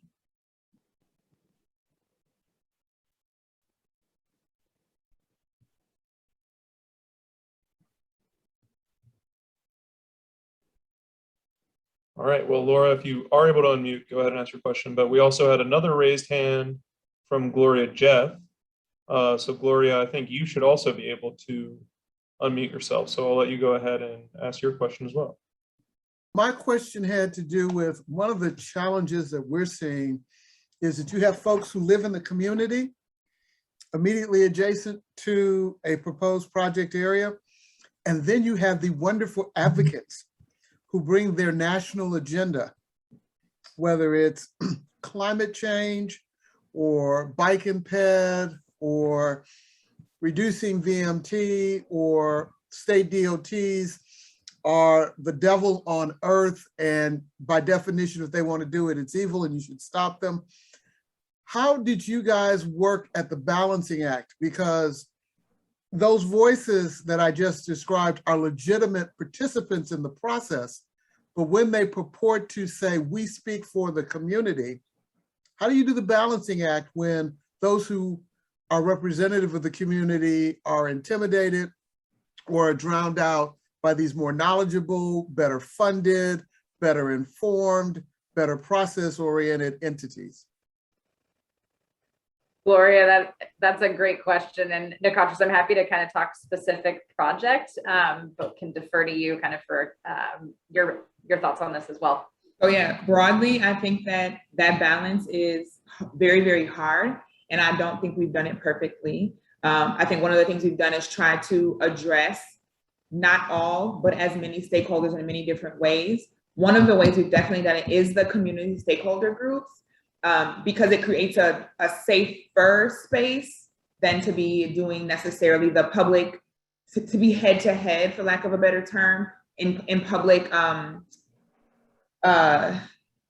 what is the word I'm looking for? In public meetings where you're coming to do your testimonies, it's a safer space, right? To raise issues and come to a collective a thought. The third group that also exists, and I think in spaces that we're trying to create the balance for, is the people who live adjacent to the project right now, the people who were displaced because of the project, and then national or statewide advocates. And in those three places, making sure that all those voices are heard, and that we're very clear that no matter how much people say that they are a representative, really asking people to kind of back that up a little bit so that it's not only the quality of relationships that they have with communities, but the quantity, right? So sometimes people will say, well, we did a focus group with 5 people. You did a focus group, we don't know how much it was. So you ask, like, so when you did your focus group, how many people really weighed in? Where did they live? And really ask for us asking more questions to get a better understanding, because no community is a monolith. And so you need to know that you talk to 40 people who live on these 4 blocks. Got it, that's important. And it helps us have better context for how to address the issues that are being brought forth, and make more space for people who, now we're clear, are not being talked to, or being able to uplift their voices as well. Did you have more to add to that, Megan, though? No, that was perfect. Thanks, Nikotris.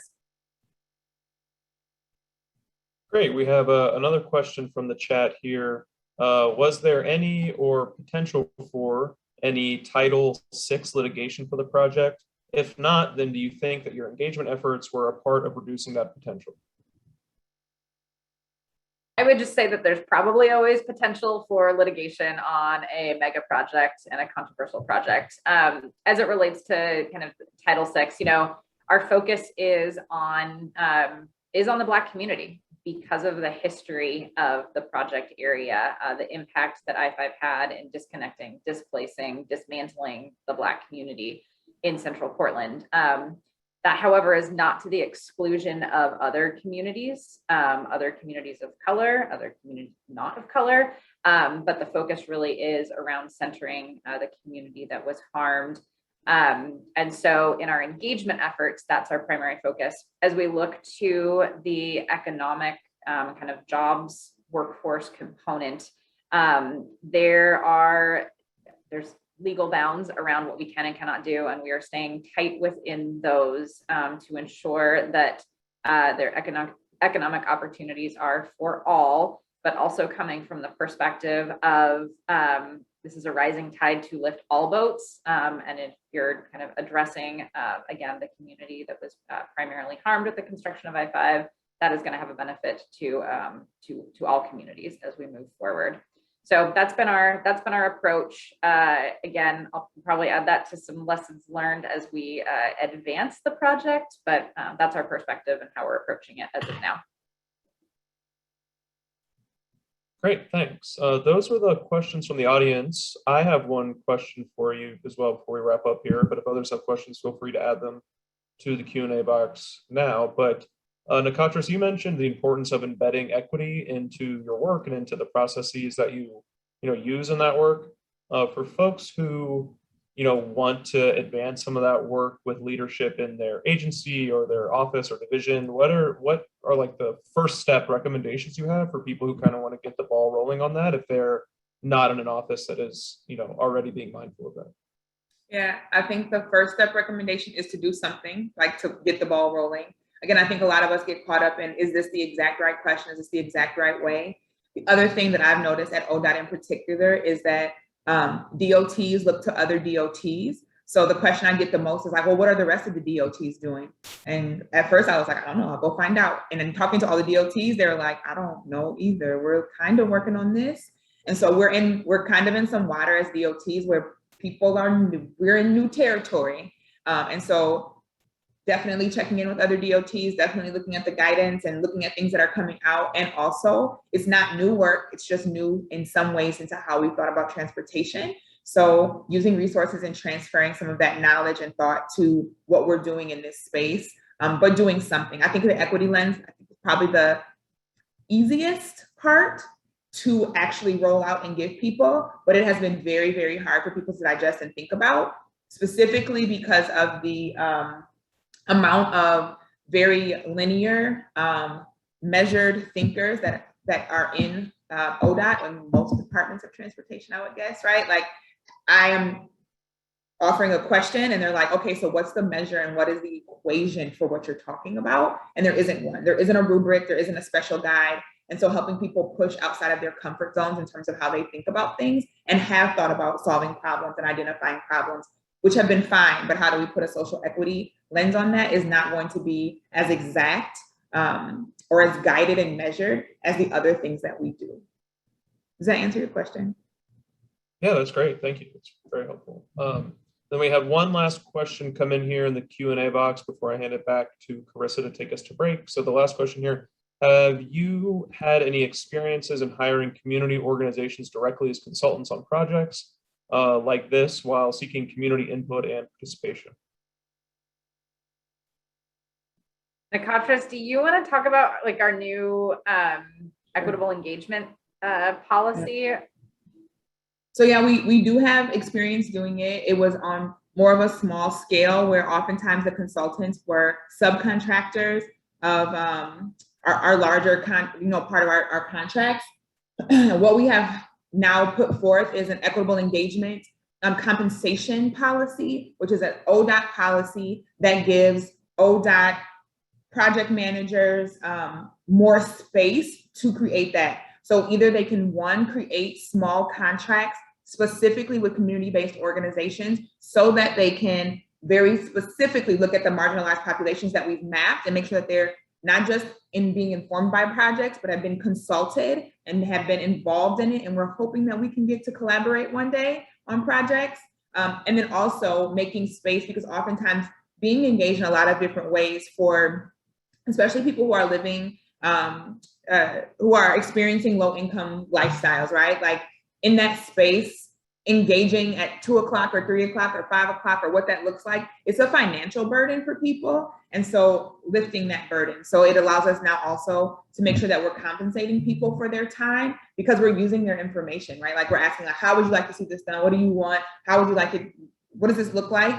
And that's more than just like service to the greater good. That really is taking someone's knowledge and experience and then applying it to our projects. So making sure that that financial burden isn't one for people. And if you're not being compensated by your job, which many of us usually are to weigh in on things, that we are compensating you for your time and giving us information that will allow us to have more equitable projects. So yes, we are working. We're doing it and we're making it better right now. Great, thanks, Nikatris, and thanks, Megan. I see another question that came in here, but we will handle that offline. For now, I will hand it over to Carissa to take us to break. All right, well, thank you again, Megan and Nikatris, and Gloria and Sheila for your presentations. I know we went over just a little bit, but we will be starting promptly at 2 p.m. So you get a 20-minute break, and we'll see you then.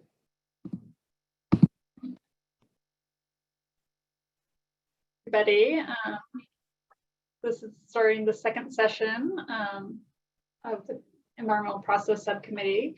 And we're going to start off with some updates from our working groups, and then we'll have FHW on the line to provide some updates as well. So the first of our working groups is the noise working group that's led by Noel Alcala from Ohio DOT, and he is the noise and air quality coordinator there. So Noel, I'll turn it over to you. All right, thank you, Carissa. I share my screen.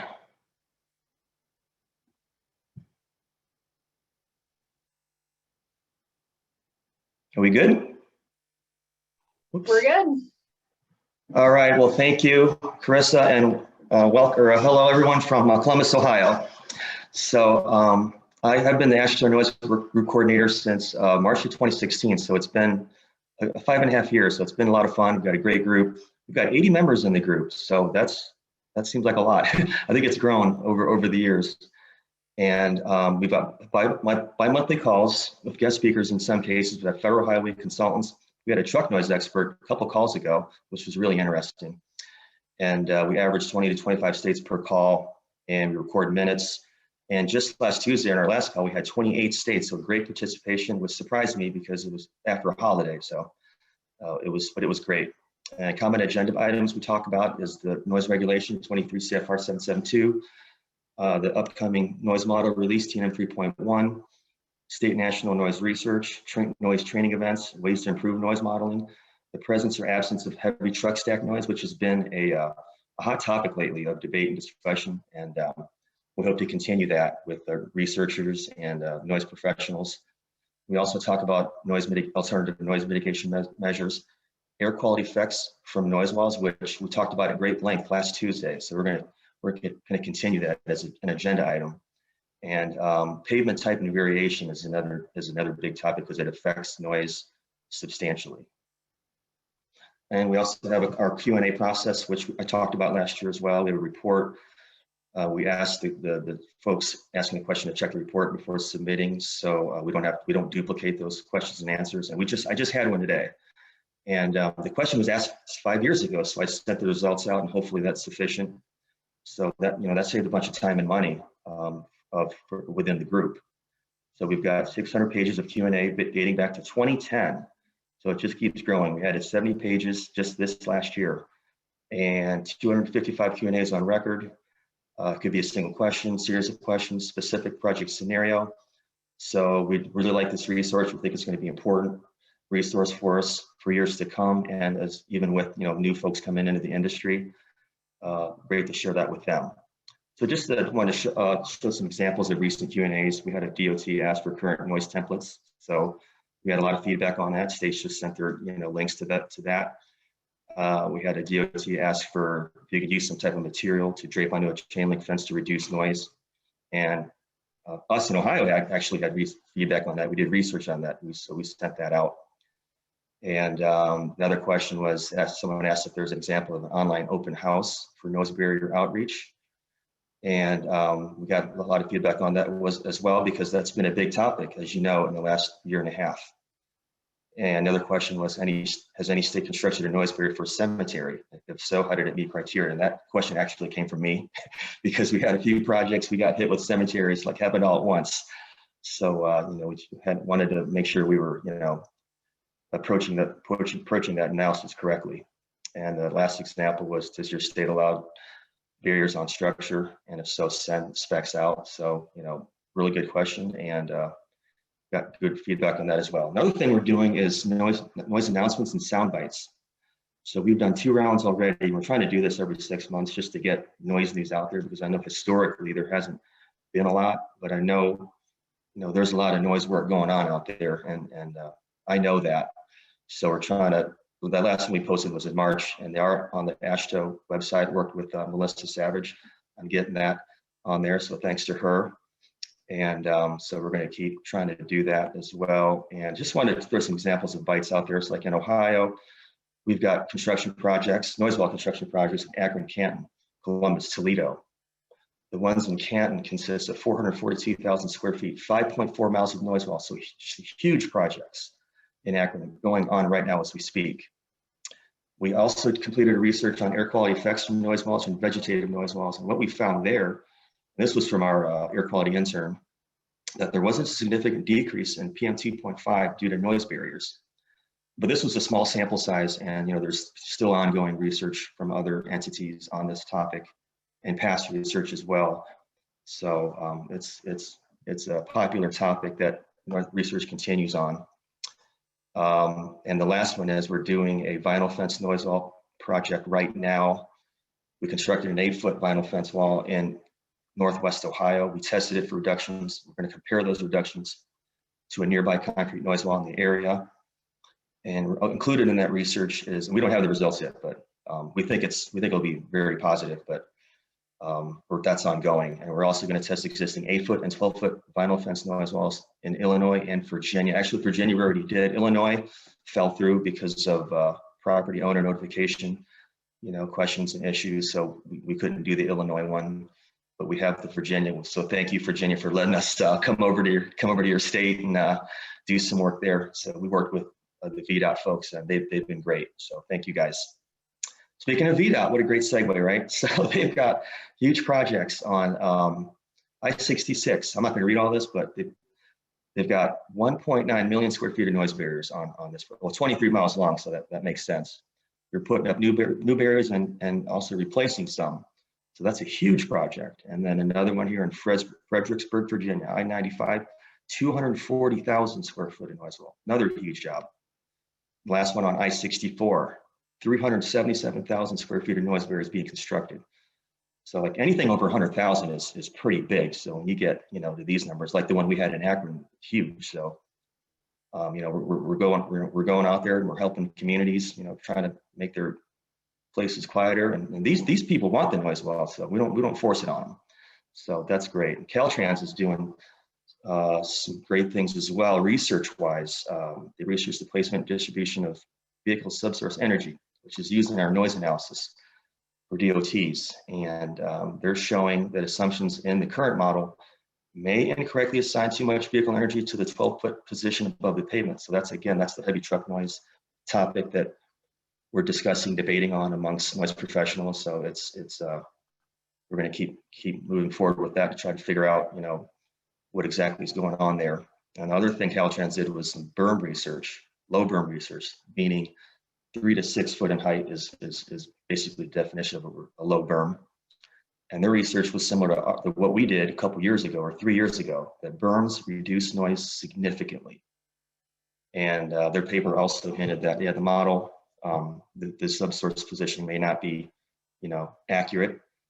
But the takeaway here is the berms is what we want to build if we can do it. And because they reduce noise, they absorb noise and then they diffract it. And it's just something that we found out recently, very eye-opening results. So we had our summer meeting just last July. So I wanted to touch on that. Topics presented were TNM validation of noise measurements at tunnel openings. Arizona DOT did a presentation on consideration of quiet pavement surfaces. And there was a presentation on alternatives to traditional barriers to reduce highway traffic noise. And I was on that panel, and that research is wrapping up, and hopefully we'll get to share that here shortly. And Caltrans did a presentation on pavement acoustic mapping technology demonstration project. And there was a supplier that did a MASH crash tested barrier system. So that is the manual for assessing safety hardware.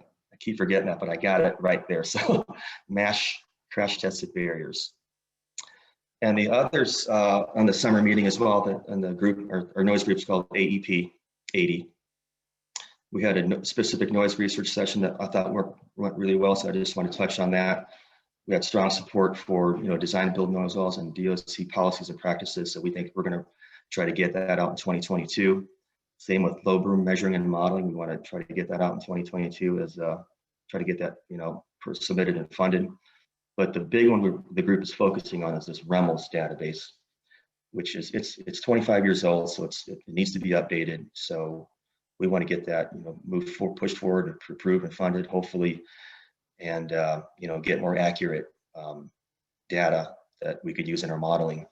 And the last one is acoustic effectiveness of short noise barriers, for example, concrete safety barriers. And I think there's a paper on that recently that is being peer reviewed. But that's the topic we want to move forward as well. So the takeaway here is that the DOTs are interested in, or this is one takeaway, more interested in more noise abatement options. And we think that this could help with addressing the equity topic that was talked about a lot this morning or earlier in the meeting. And like I said, we had our last call on Tuesday. Our next call is November 2nd. And that's kind of what I had. That's my contact info. My supervisor is Erica Schneider. She oversees 4F, 6F, culture resources, noise, air. And our administrator is Tim Hill. And many of you know, he's the CES vice chair. And that's all I had. Great, thank you, Noel. You're definitely the most technical working group, and we appreciate all that you do. And you guys have a great place to collaborate and learn from each other and share research. So if noise is up your alley, I would highly encourage you to participate in the noise working group. Thank you for this opportunity. Yeah. All right, well, next up we have the Public Involvement Working Group, which was created last year when we were all kind of scrambling on how do we fulfill our PI requirements in COVID. And this is led by Jackie Amarino out of Ohio DOT, and she is the statewide NEPA assignment and NEPA Public Involvement Coordinator there. So Jackie? Thanks, Carissa. Yes, we were in a panic and wanting to know what to do. So who do we learn from? Other states. So I knew about the NEPA assignment working group, and I knew about Noel's noise working group. So I went to Tim Hill, who's a national expert, and asked him, is there a public involvement working group? And he said, no, I don't think so, but let's ask. So we asked and they said, no, but you can start one. So that's how we were born. So we were created in June 2020 out of necessity on my part. I needed all the help I could get. We currently have 55 members from 26 states. Since Noel already invented the wheel, we didn't recreate it. We modeled a lot of our working group items after his. So we too have a Q&A report. Oh, sorry. We too have a Q&A report. Ours is only 21 pages and it started in June of 2020, the minute we started. So I'm sure that will grow immensely over the years, hopefully, just as the noise work group Q&A report has. We have monthly calls. The big important thing to know about these monthly calls is there are no homework assignments. You don't have to do anything to be a part of our group. Goodness, I don't know why that keeps jumping. You don't have to do anything to be a part of our group. We just get together and, we're a sounding board for each other. We talk about what's going on nationally. What kind of issues are we facing? What do we need help with? We use each other as a resource. So really, it's just picking each other's brains. Some of the topics we've discussed over the past year include, of course, virtual public involvement, because we all had to convert to that as soon as the pandemic hit. And we focused on meetings, but we also talked about virtual hearings. We even had Carolyn Nelson from Federal Highway come and give a presentation about virtual public hearings. We've talked about how to conduct safe in-person events. We have touched on environmental justice and rural outreach, how to handle that during these crazy days, and how to handle social media comments. We've talked about the use of changeable message signs in project areas for advertising public meetings or whatever. We've talked about collecting demographics or Title VI information from participants in our public involvement activities. And we've talked about the use of incentives to encourage participation. So that's not a comprehensive list, that's just the big ones that we've talked about over the past year. Some other things that we may want to touch on over the next year, these are some things that Ohio is definitely interested in learning about. How, now that we know that we can do virtual PI, how do we leverage that to make our outreach? Goodness, sorry about the jumping around. How do we leverage that to make our outreach efforts more effective? What are some best practices for using virtual public involvement and in-person public involvement in combination, whatever that looks like? And who are we missing? How can we reach them? I am so sorry, I do not have any idea why that keeps jumping around. But I think they're going to make our slides available, hopefully, afterwards, so that you don't have to keep trying to bounce and follow the bouncing ball through these slides. We want to know what other agencies are doing, not just state DOTs, but other, local agencies. What is anybody using that we can take and use and apply to our efforts? And what does successful data collection look like? What are states finding, are the best methods for collecting that data? Are there new technologies? Does anyone have research ideas that the group can propose? Are there legislative changes that we'd like to see made that we would like to pursue as a group? And then how do we make sure that we don't lose what we've learned when things are back to normal, so we can retain what we've learned and keep building upon it? We're worried about slipping backwards and management going back to normal. So we don't want to lose our momentum now that we've gained so much ground. Again, I apologize for the jumping. I don't know why it keeps doing that, but potential opportunities. There are some upcoming events. There's an AASHTO Transcom virtual meeting coming up, and that is later this month. And there's also an IAP2 North American Virtual Conference coming up later this month. Both, there are fees involved with both. I don't know why it keeps doing that, so I'm going to try and change screens. So there are fees involved with both of these, just so you know, going in. But the Transcom meeting, I know that the Ohio DOT PIO is participating in that event. So she's going to be presenting on some of the PI things that we've done in Ohio as a result of the pandemic. And I just look at that, we've partnered with our communications team recently, and it's been a really wonderful partnership. We have gotten so much better by combining our resources. And I just see potential partnership for maybe collaboration with the Transcom in the future. I don't know, there's just all kinds of possibilities. And then what's next for us? Our next meeting is October 12th. Right now we're meeting monthly, but if we find that we're doing okay, we may switch to every other month. I'll just let the states drive that. They can tell us what they want. So we're looking for your input. We want to know what questions, concerns, or issues that you have that need addressed related to public involvement, what innovations or ideas that you have or that you know of that others might find helpful, any guest speaker recommendations. And like I said, they can be locals who have something really great going on, or other agencies, just any guest speaker that you think we could benefit from hearing from.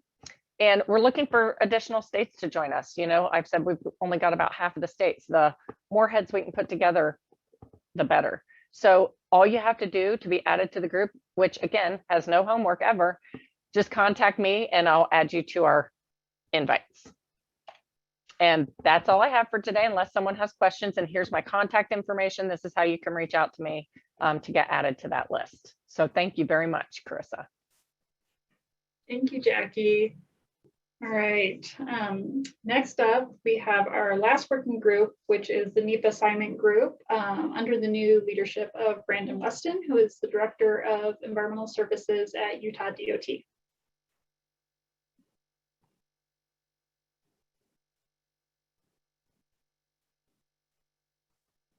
Yeah, works better with mute off or on. Good morning or afternoon. My name is Brandon Weston. I'm with the Utah DOT, like Carissa said, and I'm the new lead for the NEPA assignment work group. Been doing it for almost 2 months now, so it's been great, but been associated with it from its beginning. It started back in 2016, I want to say, with the idea of states that were going after NEPA assignment, getting together, sharing experiences, sharing struggles, and sharing ideas on how we could negotiate some of our MOUs back then, and has since morphed into an actual work group with up to 35 participants now, and we meet bi-monthly. And that's exactly what we do, is we talk about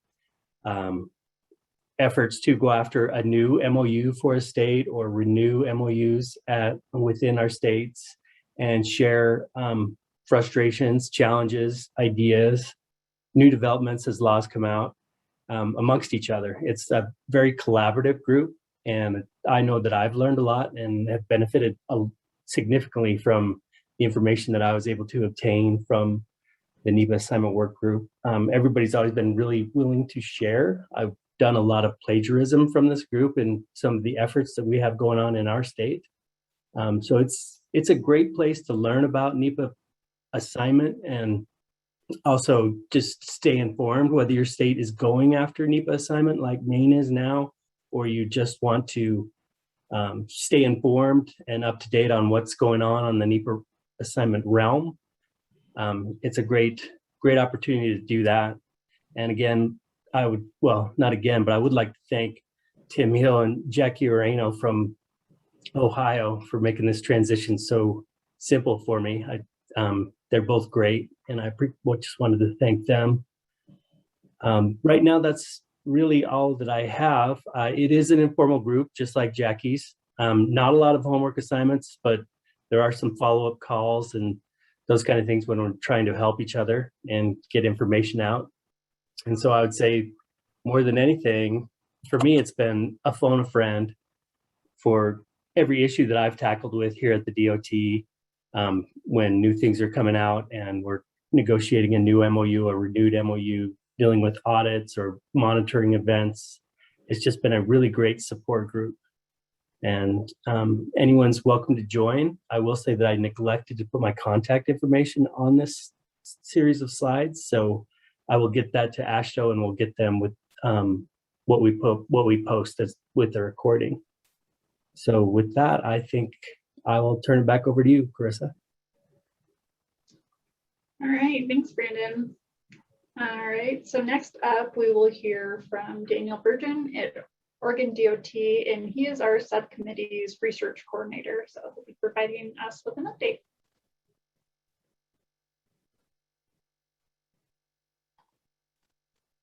Hi, it says I can't share screen until the other screen goes away. Brandon, you got to stop sharing. There you go. Okay. Hi, so it's just going to be a very brief update. So last month we did our prioritization of research topics that were submitted to the Terry database. And the two that ranked highly among the priorities of people in this subcommittee were the REML database update, which is what Noel was talking about, where we want to make sure that we can model noise accurately and realistically, and we're not assuming, too much of the noise comes from, high up on a heavy truck when maybe it really comes from down near the tires. And being realistic with that is very important in terms of, if a shorter wall would work, but our modeling is telling us the only way that works is a larger wall, and larger wall, doesn't meet criteria for cost effectiveness, that can leave people in a place where they don't get a wall. So like he said, it's really important from even an equity standpoint of, can we do better in providing noise abatement to those who live by the freeway. So that one's going to be submitted this year. The problem statement was prepared by Bruce Reimer of Caltrans, and he had assistance from several others of us in the AASHTO Noise Work Group. The other one that ranked highly is the one about environmental commitments. So it had a couple different names, and the current name is now Successful Practices in Tracking and Implementing Environmental Commitments. So that one's been developed by Helen Blackmore, also with Caltrans, and it's primarily by the Cultural Resources Subcommittee. The other idea that received some support was successful approaches for using Section 4F net benefit programmatic evaluation to streamline Section 4F compliance. We figured this one could be submitted as maybe a synthesis, but we're not submitting it for full. We're not submitting it to NCHRP as a full project. So that's all I have in terms of research update, but I'm glad to take any questions. And I think I saw the Cherry database is been extended for submissions. I have not heard that. Maybe Melissa or Jen could speak to that. Yes, yeah, we did push it back to next Friday. Awesome. Well, thank you, Daniel. I appreciate all of the work that you do going through all the research statements, and hopefully these ones get funded. Fingers crossed. So. Thank you. All right. Well, next up we have James Gavin, who is the Program and Policy Development Team Leader in the FHWA Office of Project Development and Environmental Review, and he'll be providing us with some updates. And James will also be joined by Cecilia Ho during the question and answer portion of the session, who is FHWA's Air Quality and Transportation Conformity Team Leader. So James, I'll turn it over to you. Carissa, I appreciate that. Good afternoon, everybody. I am going to avoid Jackie's nightmare of flickering slides but not using a slideshow at all today. I'm sure as we've arrived at the end of your program today, you're probably tired of PowerPoint. So I figured I'd give you a break, and instead, those of you who've not heard the dulcet tones of my voice before will get the pleasure of being reacquainted with it now. I do apologize. I'm recently back to the office. Last week on Thursday, when you had the beginning of this discussion with Emily Biondi, my office director from my office, I was actually on a beach in Cancun, Mexico. And as I was sitting there in Cancun drinking a pina colada on the beach, I thought to myself, you know, this is the life. The only thing I'd rather be doing now is talking to the AASHTO subcommittee. And life has smiled on me. I get that opportunity today. In large part, I think this is mainly going to be a Q&A session. I know that Emily covered a lot of ground last week, and I don't want to sort of cover the same ground that she covered and be repetitive on that issue. I do have my colleague Cecilia Ho here from the Air Office. Certainly questions regarding air quality. I know just enough about air quality conformity to be dangerous. Cecilia, on the other hand, is an absolute expert and could handle any questions on that. I know there's going to be a lot of questions we probably aren't going to be able to answer, regardless of whether they're regarding air quality or other environmental provisions. It's a complicated time right now, of course, and I think we all acknowledge that. It's a time of a great deal of where we might have had previously over a course of time a very firm environmental grounds that we were all well trod, and we all knew sort of how the environmental review process worked, both at the federal side and state and MPO side as well. It's been very fluid the last few years, and with you know, the CEQ regulation changes in 2020, first regulation changes since 1978, with infrastructure bill, obviously a change in administration as well. Infrastructure bill that may or may not pass, reauthorization coming due relatively soon, different emphases from non-career leadership in both states and the federal government following election season. It's certainly a very fluid environment, and it's one that we're all having to work through and find solutions that will still allow us to do the goal of all of this, which is not paperwork, but is project delivery. And we're still managing to deliver projects despite this this sort of difficult period that we're in, and hopefully some clarity is coming soon on a couple of different matters. A couple of things that I wanted to touch on before I start taking questions from you all that I know Emily sort of touched on. And I won't touch on impact, which I am the team leader over the impact program, and hopefully a lot of you found that interesting. If you did find Emily's discussion on the impact project management tool interesting, get in touch with myself or Megan Cogburn or David Williams of my staff. If you got in touch with me, I'd certainly put you in touch with Megan and David, or your PDS for your state, and they can certainly direct you to a little bit more information about that, training, discussion, walk you through, get permissions to use that tool. And hopefully some people found it as exciting as we did. But some other things that I know she touched upon, obviously, and I've already discussed this previously, CQ regulation changes. There is not formal guidance that has been released by either CEQ or Department of Transportation or FHWA regarding the 2020 CEQ regulations. I think most people are aware that there's likely to be additional regulatory changes regarding the CEQ implementing regulations, probably in the not too distant future, that CEQ is working on right now.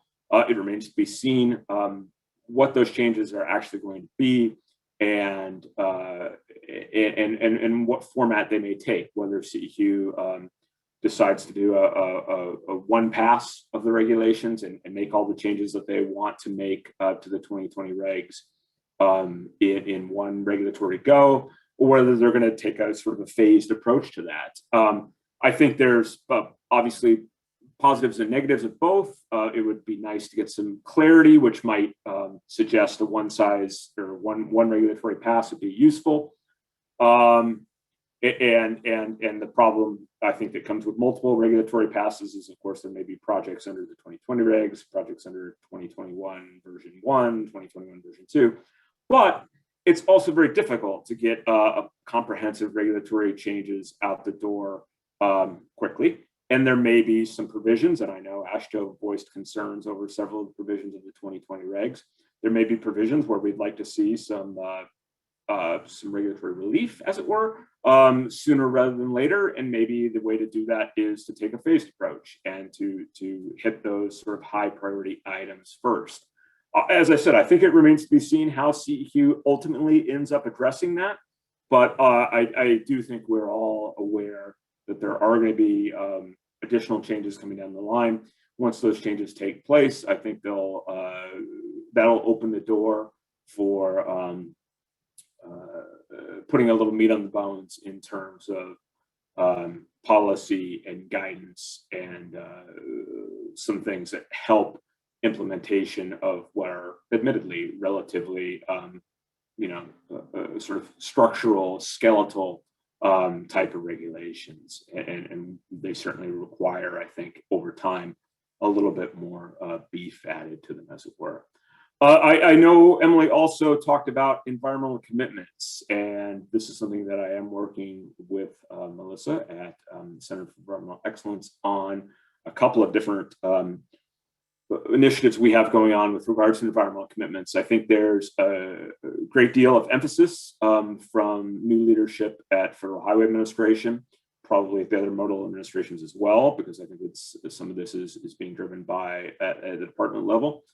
Interest in environmental commitments and an interest in ensuring that the role of the federal government in ensuring that federal dollars are spent in a way that's true to the spirit and letter of NEPA and particularly NEPA Section 101 doesn't just stop with the end of the paperwork process. This is more than just a process that ends once a ROD or a FONSI or what have you is signed, and that there's commitments written into those documents, and that there should be some assurance on the part of the federal partners, the state partners that may be working with contractors or with municipalities in actually implementing that project, ensuring that the commitments are followed through with.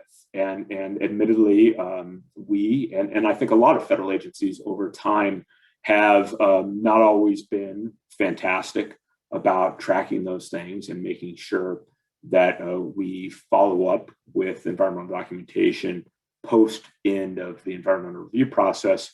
And I think we want to work with you all in seeing if we can get sort of a state of practice, first of all, right now, in terms of how environmental commitments are being tracked and followed. And if some information, useful information, comes out of that type of survey, starting to discuss what sort of mechanisms we could use to improve that situation if the information comes back that it needs improvement.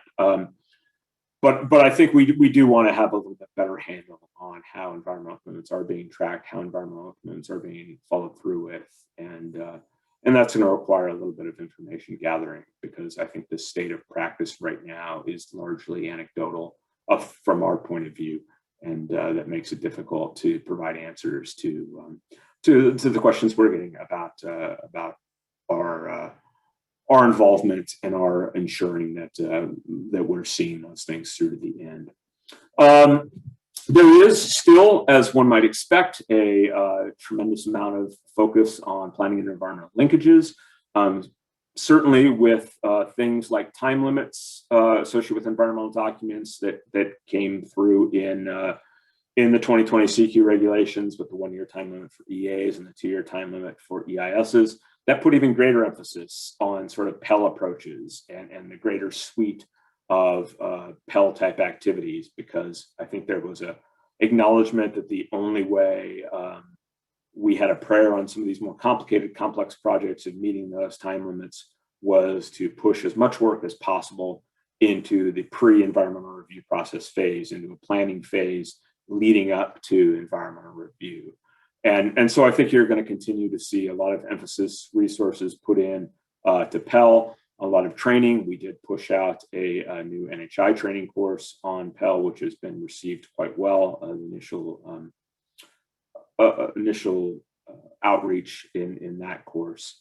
And I think, yeah, you're going to continue that the drum is not stopped on Pell and Pell type approaches. Some other things that I think, it's been pointed out already earlier by some of the earlier speakers, VPI and virtual public involvement.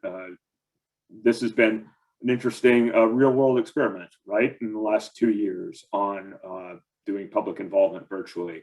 Probably not the real world experiment we would have hoped for, but unprecedented opportunity, as it were, to examine how to do virtual public outreach for lack of being able to do it any other way. And I think all of us have learned important lessons and figured out a little bit better of what works, what doesn't. I think in large part it remains to be seen the appetite at probably the federal and the state levels to continue to explore the space around virtual public involvement as the pandemic someday may wind towards an end, and will determine and start figuring out what lessons learned from this period can be carried over into a more normal type environment, and when what will become the new normal in terms of public involvement and virtual public involvement. And I think we're all gathering a lot of lessons learned right now, and I think that's going to become very useful in the not too distant future as we start determining how things are going to look like post the current situation. I think also I would want to end before moving to questions, touch on some of the things that I think we all know are real emphasis points for this particular administration, and therefore emphasis points for DOT, for FHWA, and that's equity. You've spoken a lot about that earlier, and there's a lot of current emphasis on equity and ensuring that we're delivering transportation projects in an equitable fashion. There is a tremendous amount of attention to this. There's been a lot of outreach on various projects where leadership of DOT leadership of FHWA has been around the country pointing out various projects that are somewhere in environmental review that are good examples of projects that would potentially bring communities back together, complete streets approaches, community connections approaches, and really a heavy emphasis on equity. I think in addition to that, and certainly highlighted by the recent storms and hitting a great deal, obviously, of the Gulf Coast and Louisiana area, and then sort of, as they moved up north, the scenes that a lot of us saw and affecting the transportation infrastructure in the Northeast and the New York area. I think there's a heavy emphasis on climate change, and that carries with it a lot of different aspects of it, both the resiliency aspect of it, of how do we continue to ensure that in this changing climatological environment, that we continue to deliver transportation projects in a way that are going to be resilient towards the future, and being able to hold up to these what appears to be increased storm events and activities, and also a lot of emphasis on things like preparing for a future where EVs and EV charging becomes much more prevalent, and becomes perhaps even in the foreseeable future the primary way that automotive travel is done, and how do we build out our infrastructure in a way that is friendly to that potentially new EV dominant environment. And so I think, even though there's other aspects of climate change that I think there's emphasis and attention being paid to as well, but those are just two that come to mind. And I think there'll be additional points of emphasis on that. I think that, as these things, we're only in this administration, obviously, we're only in month 8 or so out of a 4-year term. So, it's still early. And I think that that's the great thing about discussions like today's discussion, is this is a good time to have your voices be heard, let your input, we're certainly open to hearing from you, and the input that AASHTO and the various states DOTs have. I think they help inform how we're thinking about some of these things. I know that the sort of trickle of guidance and regulatory action coming out of FHWA, and certainly the Environmental Office of FHWA, has been relatively light in the past couple of years. Trust me, I know, being in a policy office, I'm well aware of that. But I think eventually that situation is going to change in the probably not too distant future, because there's going to be a demand for it to change. There's going to be things that we are absolutely going to have to respond to in a either through guidance or policy or regulation. And as we're developing those products, it would be useful to hear from all of our stakeholder communities into things that we should be thinking of, things that we should be keeping in mind, making sure that we're not letting things slip or putting people in any more awkward situation that they might be otherwise. And we certainly want anything that we're doing as an office to work for all of us. We're all on the same team, as it were, and project delivery is the name of the game. We want to make sure that whatever we're doing is going to be understandable, helpful, and useful to all of you.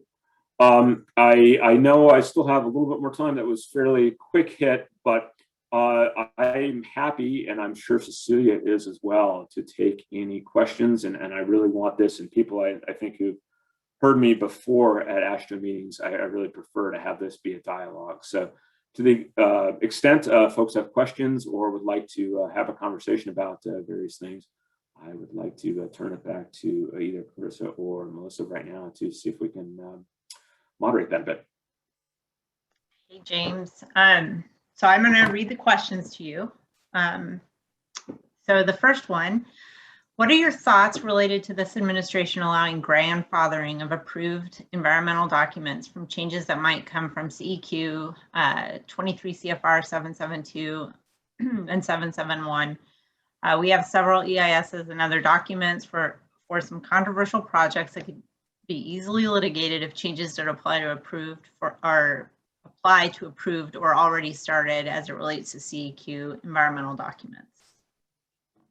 Well, I mean, I think that, our position, and I think CEQ's position is relatively clear on this issue. And that's, the projects are subject to the CEQ regulations when the NEPA process began on the project. So projects that began the NEPA process pre September 14th, I believe, 2020, projects that began the NEPA process prior to September 14th, 2020 are subject to the 1978 NEPA regulations. And I think that said, if you're talking about that, when I hear the term grandfathered, sometimes it makes me think of, we all know there's stale documents sitting on the shelf, documents that may have completed environmental review, but may have had quite a bit of time passed. And I think that, as reevaluations become necessary for those documents, there should be some consideration about the changing regulatory landscape when one is doing reevaluations. But a reevaluation is not a NEPA document, right? A reevaluation is a decision, is a document to examine whether the decision reached in the original NEPA document remains valid. So, I mean, I think in large part that grandfathering is already relatively well understood and well covered. There's a little bit of complexity when you're talking about supplemental documents. Our position so far has been supplemental documents are still subject to the regulations that were in place when the original NOI came out. But there may be additional guidance on that question. Luckily, supplemental documents are relatively rare, so there's not too much of an emphasis on that particular question.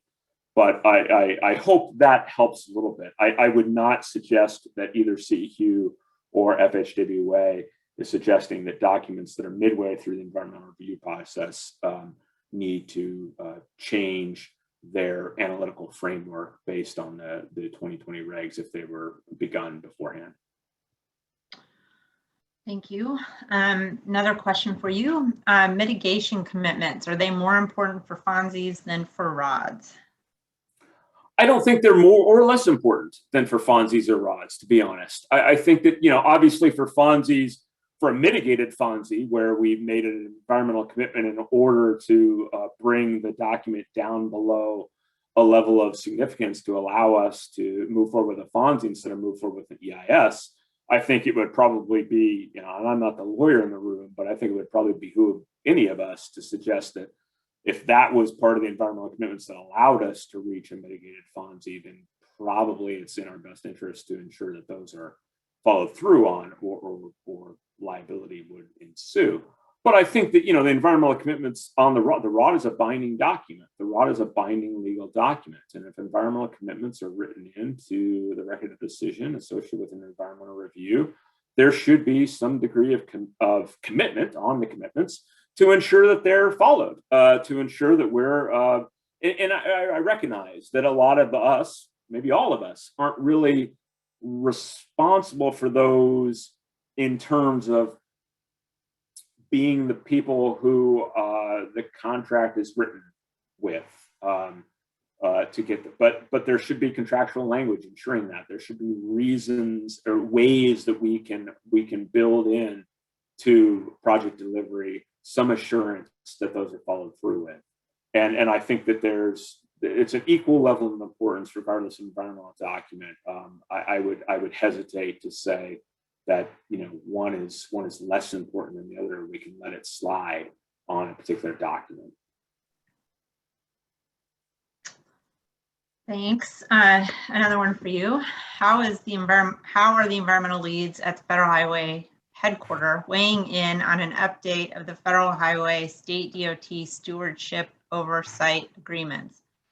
I heard there may have been an update being worked on, and then there's the SOA provision in the Senate reauthorization bill. Seems like this is the tool Federal Highway would be using to provide oversight, accountability to EIS 2-year timeframes, environmental commitments, etc. Yeah, I think that's certainly possible. I mean, I think that, there's a lot of discussion and talk internally at Federal Highways about what may or may not be in the infrastructure bill that's on the Hill right now. But how do I put this delicately? What's on the Hill is what's on the, that may change. And it, given the success rate of Congress in actually being able to pass legislation in the last couple of years, I try not to get too worked up about proposed legislation. There's proposals there. They're working their way through. There's likely to be changes, and I think we'll all find out in a pretty similar time what those changes might be. Ultimately, if something gets to the president's desk and is signed, ultimately it might be in terms of affecting our stewardship and oversight role. There's not a lot, I will say, coming out of my office that I'm aware of in terms of getting out ahead of that and making major changes to the overall stewardship and oversight structure. I do think there is some interest, as you might have heard some of the flavor of some of these things of environmental commitments and what have you, of interest coming from this administration in ensuring that the federal agencies, whether it be FHWA or the other modal administrations, do take our responsibilities seriously in ensuring that federal dollars are spent in a way that aligns as much as possible with this administration's goals. And so I think there may be the possibility that there will be updates and changes to stewardship and oversight agreements to help that along. But right now, I think it's too premature to say what that might take a look at. Great, thanks. So this one's a little philosophical. Government is often reactionary in policy rather than proactive. Do you have any thoughts on pie in the sky, proactive actions you can dream of? Maybe while you were on the beach last week, you had some ideas. Yeah. I mean, I love philosophical questions. I mean, pie in the sky, I'm all about pie in the sky, but it's I've also spent too many years in DC, 20 now, to be too much of the ideologue that I might have been in my younger days when I was living on the West Coast, which is much more. The West Coast tends to, I think, allow the ideologue in all of us to thrive a bit more than being in a DC environment. But I think there's a lot of things. I mean, there's a lot of things we could do, right? There's an acknowledgement. I think that most of us who've been in this business for some degree of time that we all have the sins of our past, right? The highway system, the build out of the infrastructure of highway infrastructure and the interstate highway system in the 1950s and 1960s, while an absolute technological and engineering marvel, had issues in a lot of places, and a lot of things that we would do now we didn't do then, and we did. In certain areas, particularly urban areas, carve up communities, a lot of environmental justice impacts and what have you. And so you're seeing things like, I'm not much for political sloganeering, but sort of build back better from this particular administration. And I think that there's ways that we, as transportation professionals and environmental and transportation professionals, know to put meat on those bones. How do we actually actualize building back better? What does that mean? And how can we both build new infrastructure back in ways that that sort of align with those ideals that a lot of us have, And then how do we, as we're rebuilding infrastructure that's at the end of its lifespan, how do we rebuild that in ways that make it better and more useful for our communities? And that's complicated, and that, unfortunately, that's expensive too in a lot of places. And I think, you know, one way that we could be ideologues is figure out how we're going to pay for all this, because a lot of us have really good ideas about things we could do.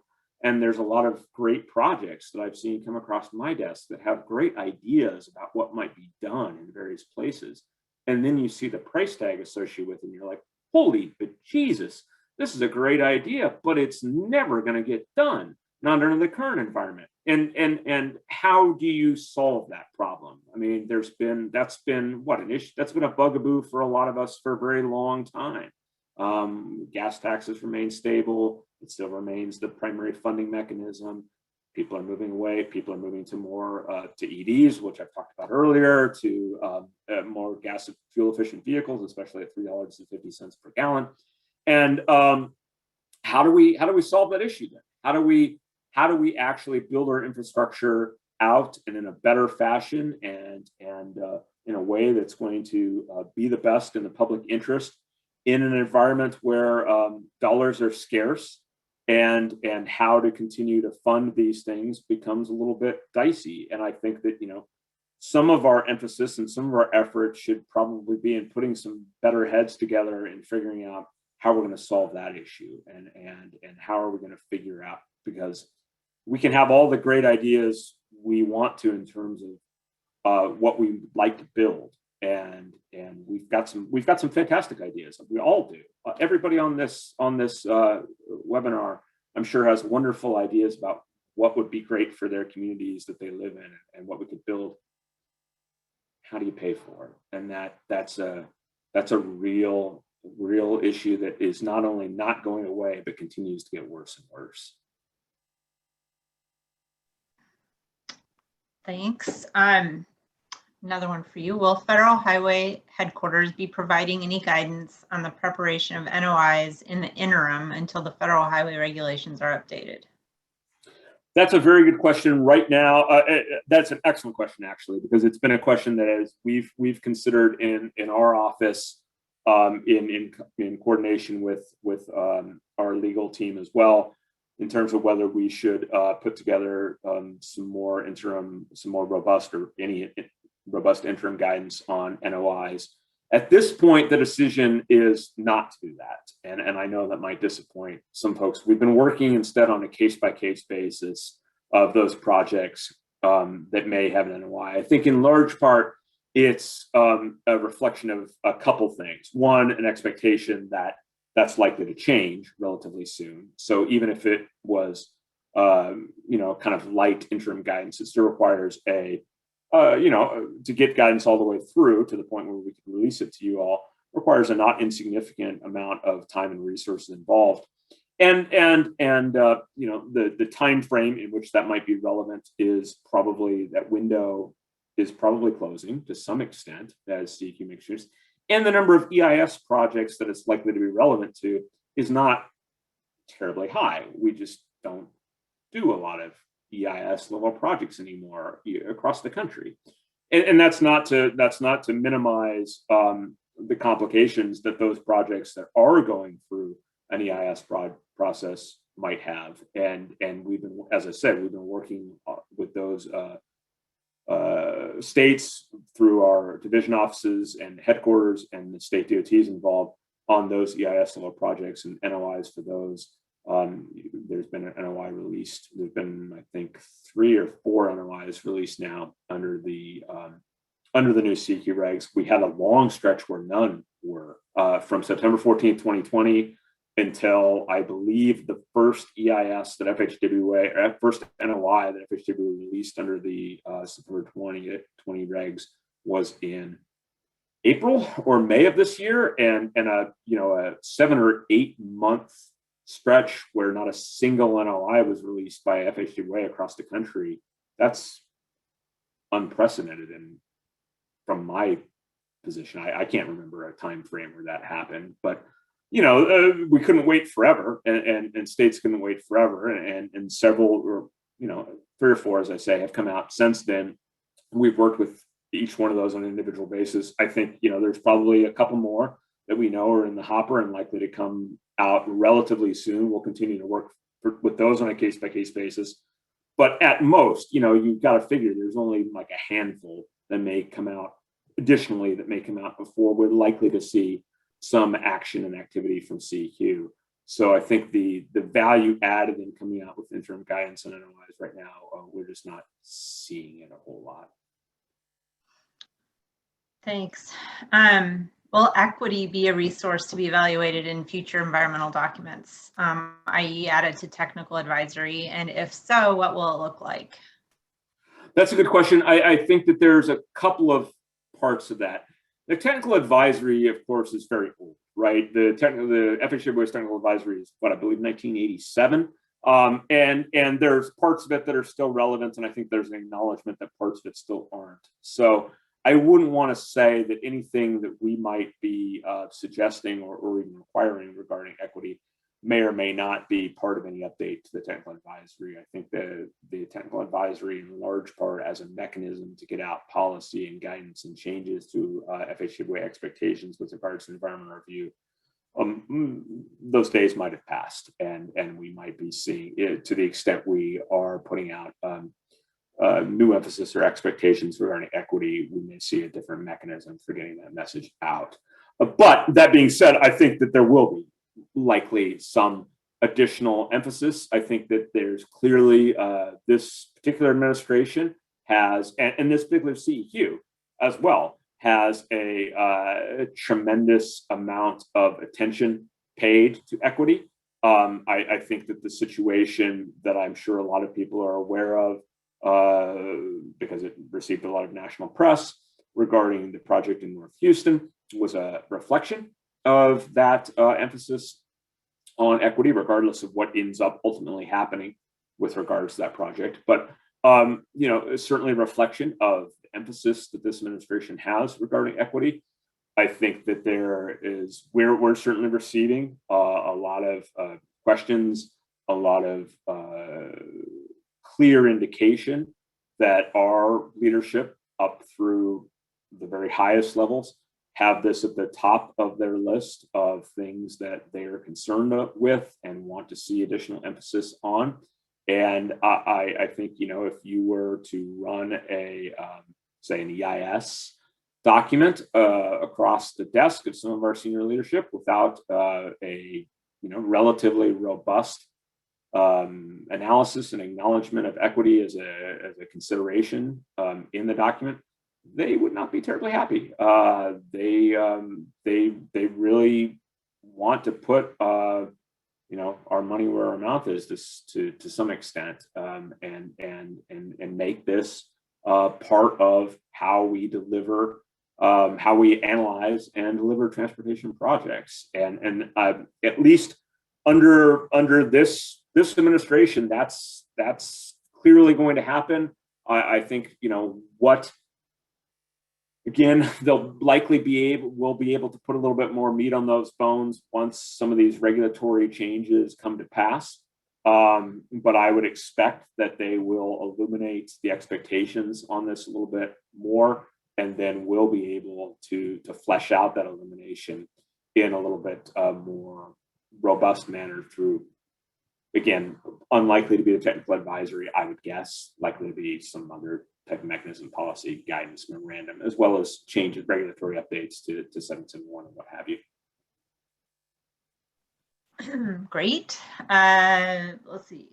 With hearing that CEQ will be bringing back secondary/cumulative effects, and as it will likely be up to Federal Highway to implement that, do you have any thoughts on plans?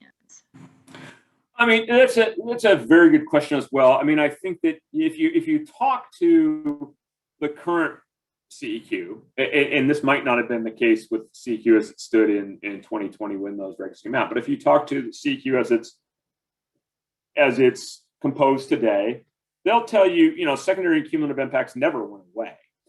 They'll make that very clear, and they'll point to the preamble of the 2020 rule and language in the preamble of the 2020 rule, which indicated, depending on how you read it, that it was largely a terminology change in those 2020 regs, and that there was still the expectation that one should consider those things that we traditionally called indirect and cumulative impacts. I think that, you know, people can argue what they will in terms of what the expectation of the previous administration was and what they were trying to get at with those changes.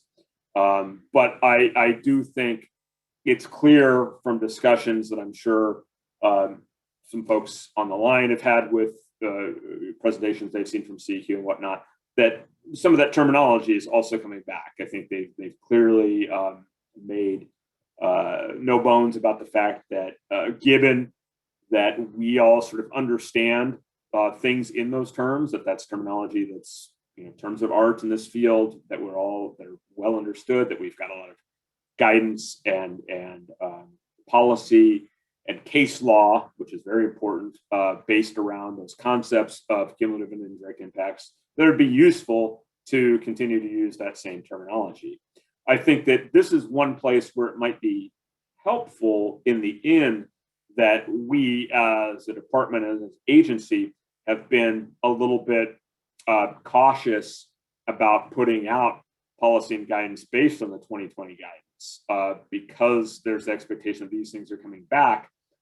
We didn't pull a lot of guidance and policy that had references to indirect and cumulative impacts. We didn't pull a lot of that guidance back that had that terminology in it from prior terms. So we're going to be able to move, I think, relatively quickly, or pivot very quickly to, I'm hoping we're going to be able to pivot very quickly in that area to a similar understanding to what we might have had previously, because a lot of the guidance and policy that we have based around indirect and cumulative impacts still exists. We've not formally rescinded any of that, and it may be good that we were a little slow in doing that, because it may end up being adequate again to explore how CEQ is going to frame these terms and move forward.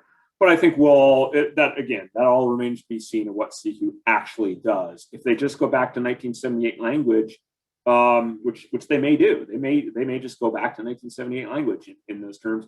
If that's the case, I think it's going to be relatively easy for most of us, with the exception of those projects that are sitting in the donut hole, those projects that are sitting in, you know, accustomed to the 2020 regs.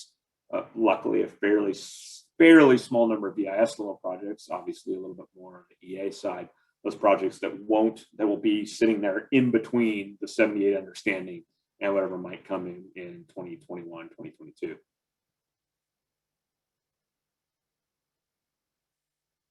All right, I have one question, and then we have some noise questions, Cecilia, so get ready. Thank God Cecilia's here. I don't want to take You're right. Since NEPA is a process law, how do you expect us to develop a legally sufficient document related to the equity topic without a process that is legally defensible? Quote, just trying something and figuring it out through case law is not an acceptable answer. I mean, I think that's a fair question. Again, I'll point out I'm not a lawyer, so I won't weigh too much into, and have no desire to be. So I won't weigh too much into that. I will say that, you know, NEPA is a procedural law, of course, right? And if you've taken, and a lot of the case law based around it, and I know there was a don't say it's case law, but a lot of the case law around it is, if you've taken a hard look at the impacts associated with a project, you should be okay. And so even if there's not necessarily a structure on how to analyze equity, I think that if one can make a argument that one has analyzed, I mean, because it's not driving you, there's nothing in NEPA and NEPA litigation that's driving you necessarily to like the equitable version of a LEDPA, right? The least or the most equitable decision. You don't have to move forward with the most equitable alternative. There's nothing in NEPA that would require that. But there is a requirement to examine the impacts associated with your project. And I think that if one can make an argument that one has taken a hard look at analyzing the impacts associated with equity of, you know, the analyzed alternatives in documentation from a NEPA point of view, from a, you know, administrative Records Act point of, or Administrative Procedures Act point of view of NEPA litigation. One has met their requirements and their responsibilities associated with that. Again, it's not driving you to a particular outcome. NEPA is not outcome driven. So to say there's an emphasis on equity is not suggesting that you're in, that we feel like you're in legal jeopardy should you not necessarily choose whatever the analysis shows might be the more equitable outcome. You may be facing litigation in other arenas if no, you know, I won't speak again to Title VI, and we certainly, some of the litigation or the situation around the North Houston project, let's be clear about that project, without making any statements regarding what the outcome of any analysis of that project is. There's the NEPA question of whether the NEPA process was followed. And then of course the Title VI question, and that's another thing entirely. And a lot of equity is tied up obviously into the Title VI question, but I don't want to confuse the two.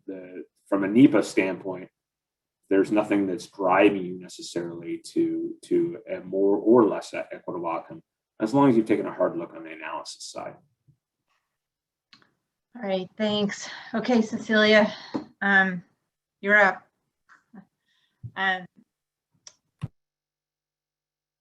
So we have a couple of status questions. I'm sure you're not surprised. The status of 23 CFR 772 and the status of the TNM 3.1. Okay, maybe I can start with 23 CFR 772. Can you hear me okay? Mm-hmm. Okay. Yes. I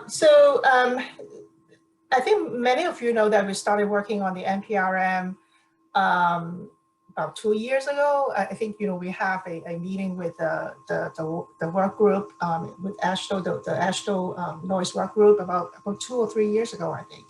And then most of the work actually were done before the end of the last administration. And with the new administration, you know, we have new priorities, new initiatives, and also new emphasis areas. So we have to, you know, take back the package and then, you know, revisit some of the, you know, some of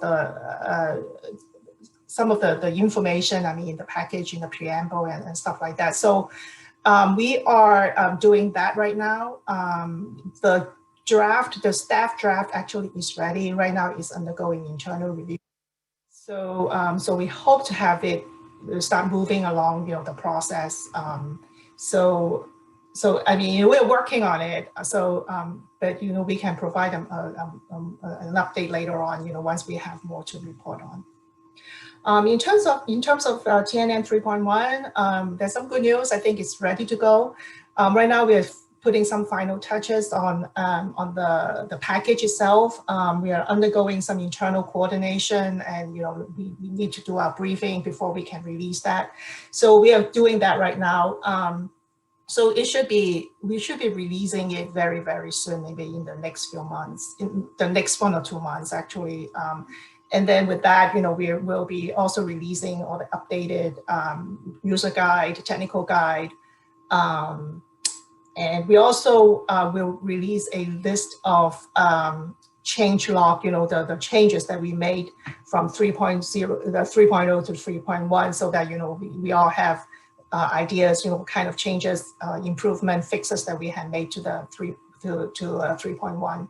So we are very excited about that. So so stay tuned. We'll provide more information when it's when we are getting ready to release it.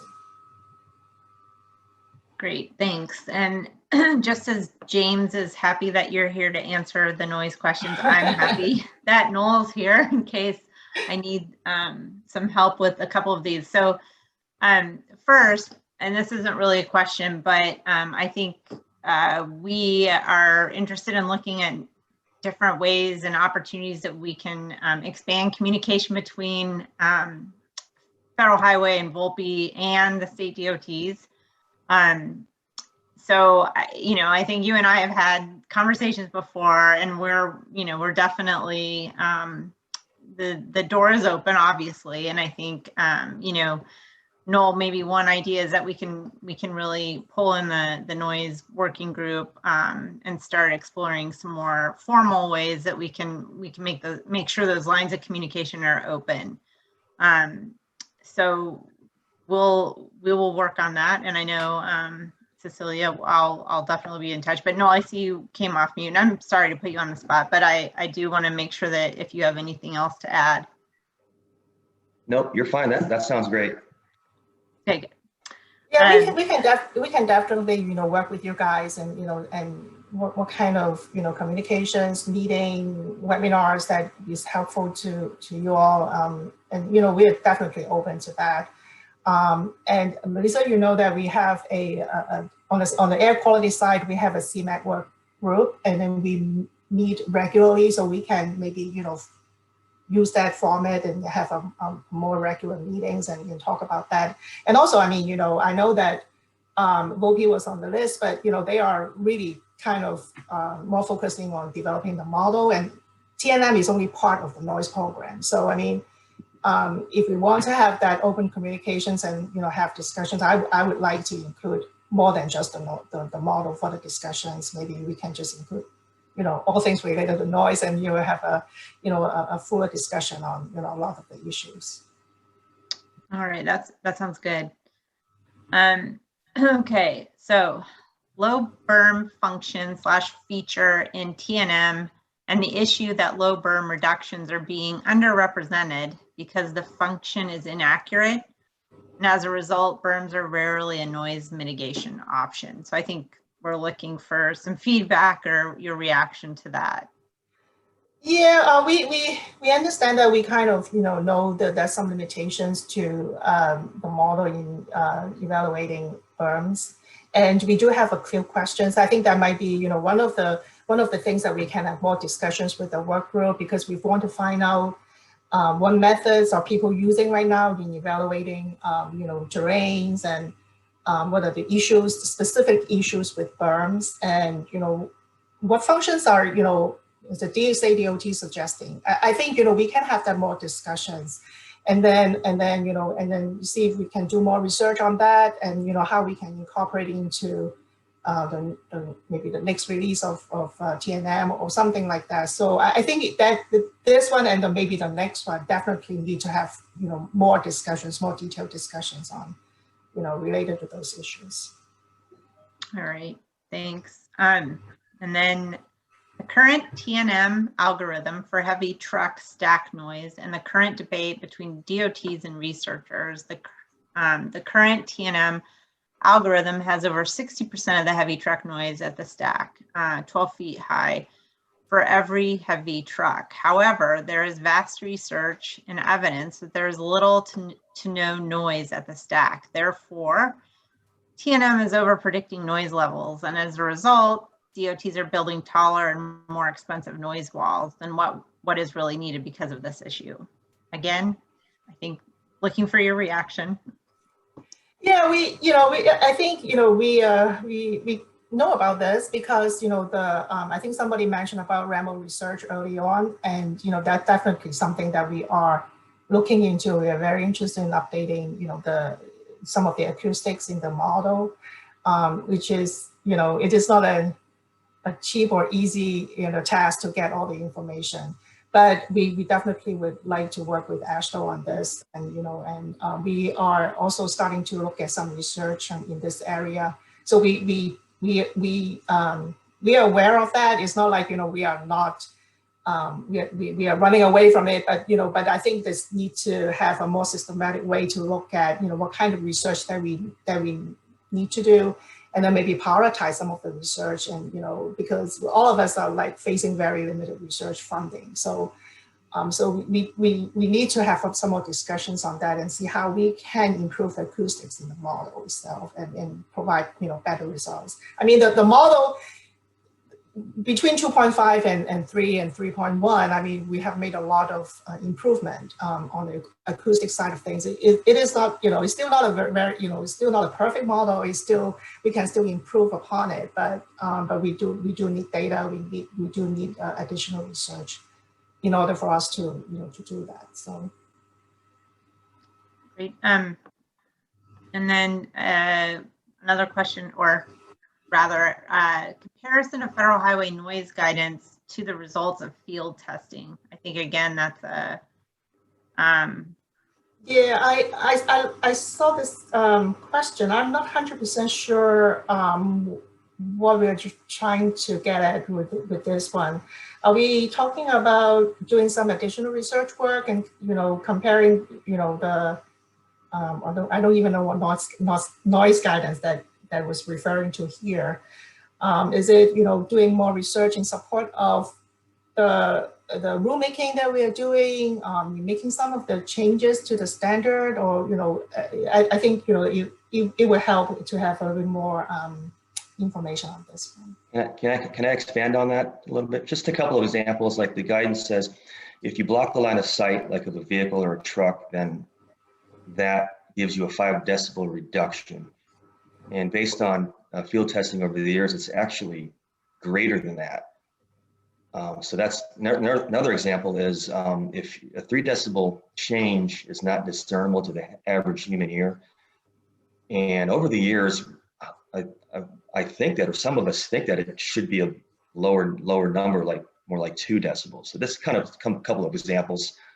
So the things that are in the guidance, and then things like you have to extend a noise wall 8 times past the the end home to avoid flanking noise and things like that. But it's actually probably good. You can do less than that and spend less money on noise walls. So this is just a few. Yeah, if you have more information or more research results on those type of issues, please send it to us, and we'll definitely take a look at them.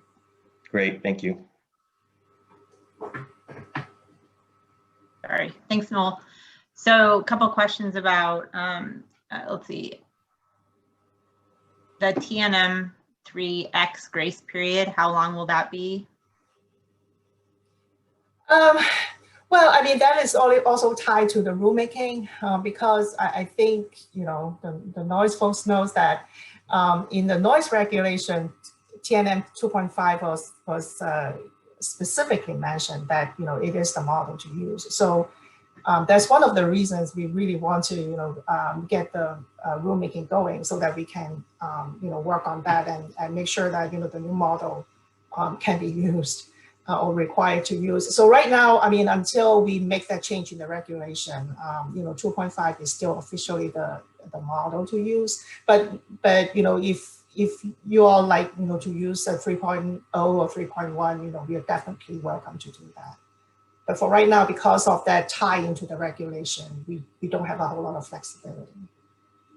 Okay, great. And then this one, if the incorrect REML output is or was known, why was it built into TNM 3X? Because that is the only set of data that we have right now. And like what I said, I mean, there's any new research, any, research that you guys have conducted in your state or you want to share with us, we can definitely, have some more discussions on that. So it's not like, we go back and look at an old set of data, but, that is the best data that we have for right now. All right, thanks. Daniel, I see you had your hand raised. Go ahead. Yeah, so Cecilia, with that being said, we have a proposal to NCHRP for research to create a new REML database. Would Federal Highways, be willing to, throw your support behind that to get that funded so that you would have that database? Yeah, I think we have looked at a previous version of it. I think you guys prepared it like last year or 2 years ago, is it correct? We did prepare it last year. It didn't Okay. end up getting submitted. It will be submitted this year. Oh, okay. Yeah, I mean, we need to take a look at that and, and see if that line up with, what we have in mind. But, you're more than welcome to share that with us and we can take a look at that.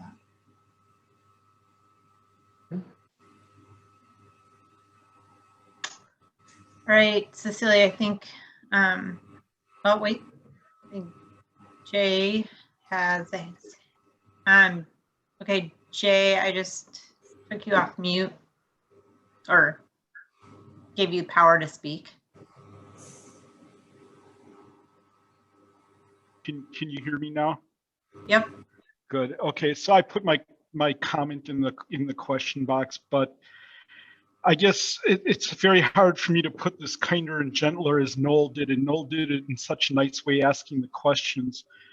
But I think now, Cecilia, what you'll see is that with all those questions out there that were asked about noise, is the bottom line is that some on the AASHTO Noise Work Group are very concerned that we're doing the policy implementation in the field work, and some of our states have done the research that proves these things that they are saying here in this. And it seems as though the researchers are just discounting anything that we bring forward. And we're getting very frustrated by that. And we're looking to get an equal seat at the table. And we're at the point where we're getting very frustrated and we're starting to voice things quite loudly because we're just not being heard. And we're hoping that FHWA will start hearing us. Yeah, well, I mean, if that is the situation, I'm very sorry about that. But but definitely we can improve the communications. And like what I said before, we are open to your suggestions. Like what I mentioned before, we can definitely do a more regular meeting and discuss some of these issues. And some of these issues are very important, even not just to you, but also to us. So, if we definitely want you to share whatever research that you have done or you have seen or you have collected, the data you have collected, so that we can all work together to make the model better and address some of these issues in a way that we all feel comfortable with. But I think because somehow is just not a whole lot of communications or dialogue with the group. So at least I wasn't involved in that. So I mean, we can Melissa, we can work together and get this set up and and get it going, and maybe we can do a monthly call. And if we in the beginning, if we don't need that, if we don't need to talk to each other that much, we can cut it back, but definitely we can start that conversation. I think that would be very, very helpful. Yeah, that sounds good. Thank you very much. Thank you very much for that opportunity, because that's really what we're looking for, is that opportunity just to talk. Yep. So we'll be in touch, Cecilia. Okay. So I know we're kind of coming to the end of our time, so I do have one more kind of high level question, James. If you're still there, maybe you can, and Cecilia, can weigh in on this. It has to do with the reauthorization bill, and some of the language in there, and would the state DOTs be able to help you as you start implementation, in terms of getting your plan together and how you might want to work with the states as you begin to look at implementing that bill or the language? Yeah. I mean, I think that's a fair question, and one that we certainly have heard before. And this is always a delicate dance, right? There's things that are purely within the federal bailiwick to do, and then there's things that we obviously want your input on. I think that one thing that I'd want to emphasize is it's not just during reauthorization discussions. The door is always open in offices like ours to hear from you. If you've got messages of things that you think are problematic in terms of implementation, or you want to see some more policy and guidance, I can't promise that it will happen, but I can certainly promise that we're willing to listen, and we're always willing to hear from AASHTO. You're our stakeholders and friends and partners in this delivery of projects. And to the extent that you have messages that you would like to deliver to us in terms of whether it be reauthorization or anything that you're thinking that you could use our guidance or assistance on, or that you would like us to consider, the door is always open. I think that, as reauthorization comes to pass, the actual writing of policy and regulation updates associated with that is likely to be purely within the bailiwick of FHWA. That said, there's likely to be outreach, right? Will reauthorization bills passed, we'll likely be putting together, as we generally do with reauthorization bills and anything, outreach plan and webinars and what have you to start discussing what's in those bills. And that's a great time to give us input and to just, as we're saying how we're seeing what we see in these bills, to hear what you're seeing in those bills. And we keep that, these are not one-way discussions. That's why I prefer today to not, bombard you with slides, but instead to have this discussion. And it helps us a lot, when we're doing that sort of outreach, to have you all speak up and hear from you what your reactions to those things are, what you're seeing, what you're looking for, because we do keep that in mind. We take that back and we incorporate that in whatever we might be doing. And so I would just emphasize and suggest, let your voices be heard. We're here for you and for other stakeholders, for the public, to the extent that, we do not want to operate in a vacuum. People in, like Cecilia and myself, we're in the cloistered tower of DC. How this actually works in the field, we get a better idea from you all of how some of the things that we're thinking about in DC, how this might actually work in practice. And so, I think that this is that type of activity of how to take a reauthorization bill and make it work for all of you is not intended to be done in a vacuum, and it's something that we'll be looking to hear from you on. Great, thanks. Thanks to you both. We do have one last question, but I'm gonna, we are out of time, so I'll follow up with you all. It's on electric vehicles, so I might also bother Diane Turchetta, but I'll turn it over to Carissa for closing remarks. All right, well, thank you, James and Cecilia. We always appreciate your participation in our committee, and we really appreciate having you guys as a partner and your willingness to listen. So thank you for taking the time today. And I'd also like to thank the rest of our presenters from MnDOT, ODOT, Noel, Jackie, Brandon for leading our work groups. And thank you to Carol Lee and Daniel for your work in our subcommittee. And of course, a huge thank you to Melissa, Bud, and Phil and Jen at AASHTO, because they really put all of this together. Without them, it would not be possible. So if you're interested in NEPA, PI, noise, feel free to come participate in one of our groups. And next week, the Natural Resources Subcommittee will be presenting as our month-long annual conference continues. So with that, thank you, everybody. We appreciate you being here, and have a good rest of your day.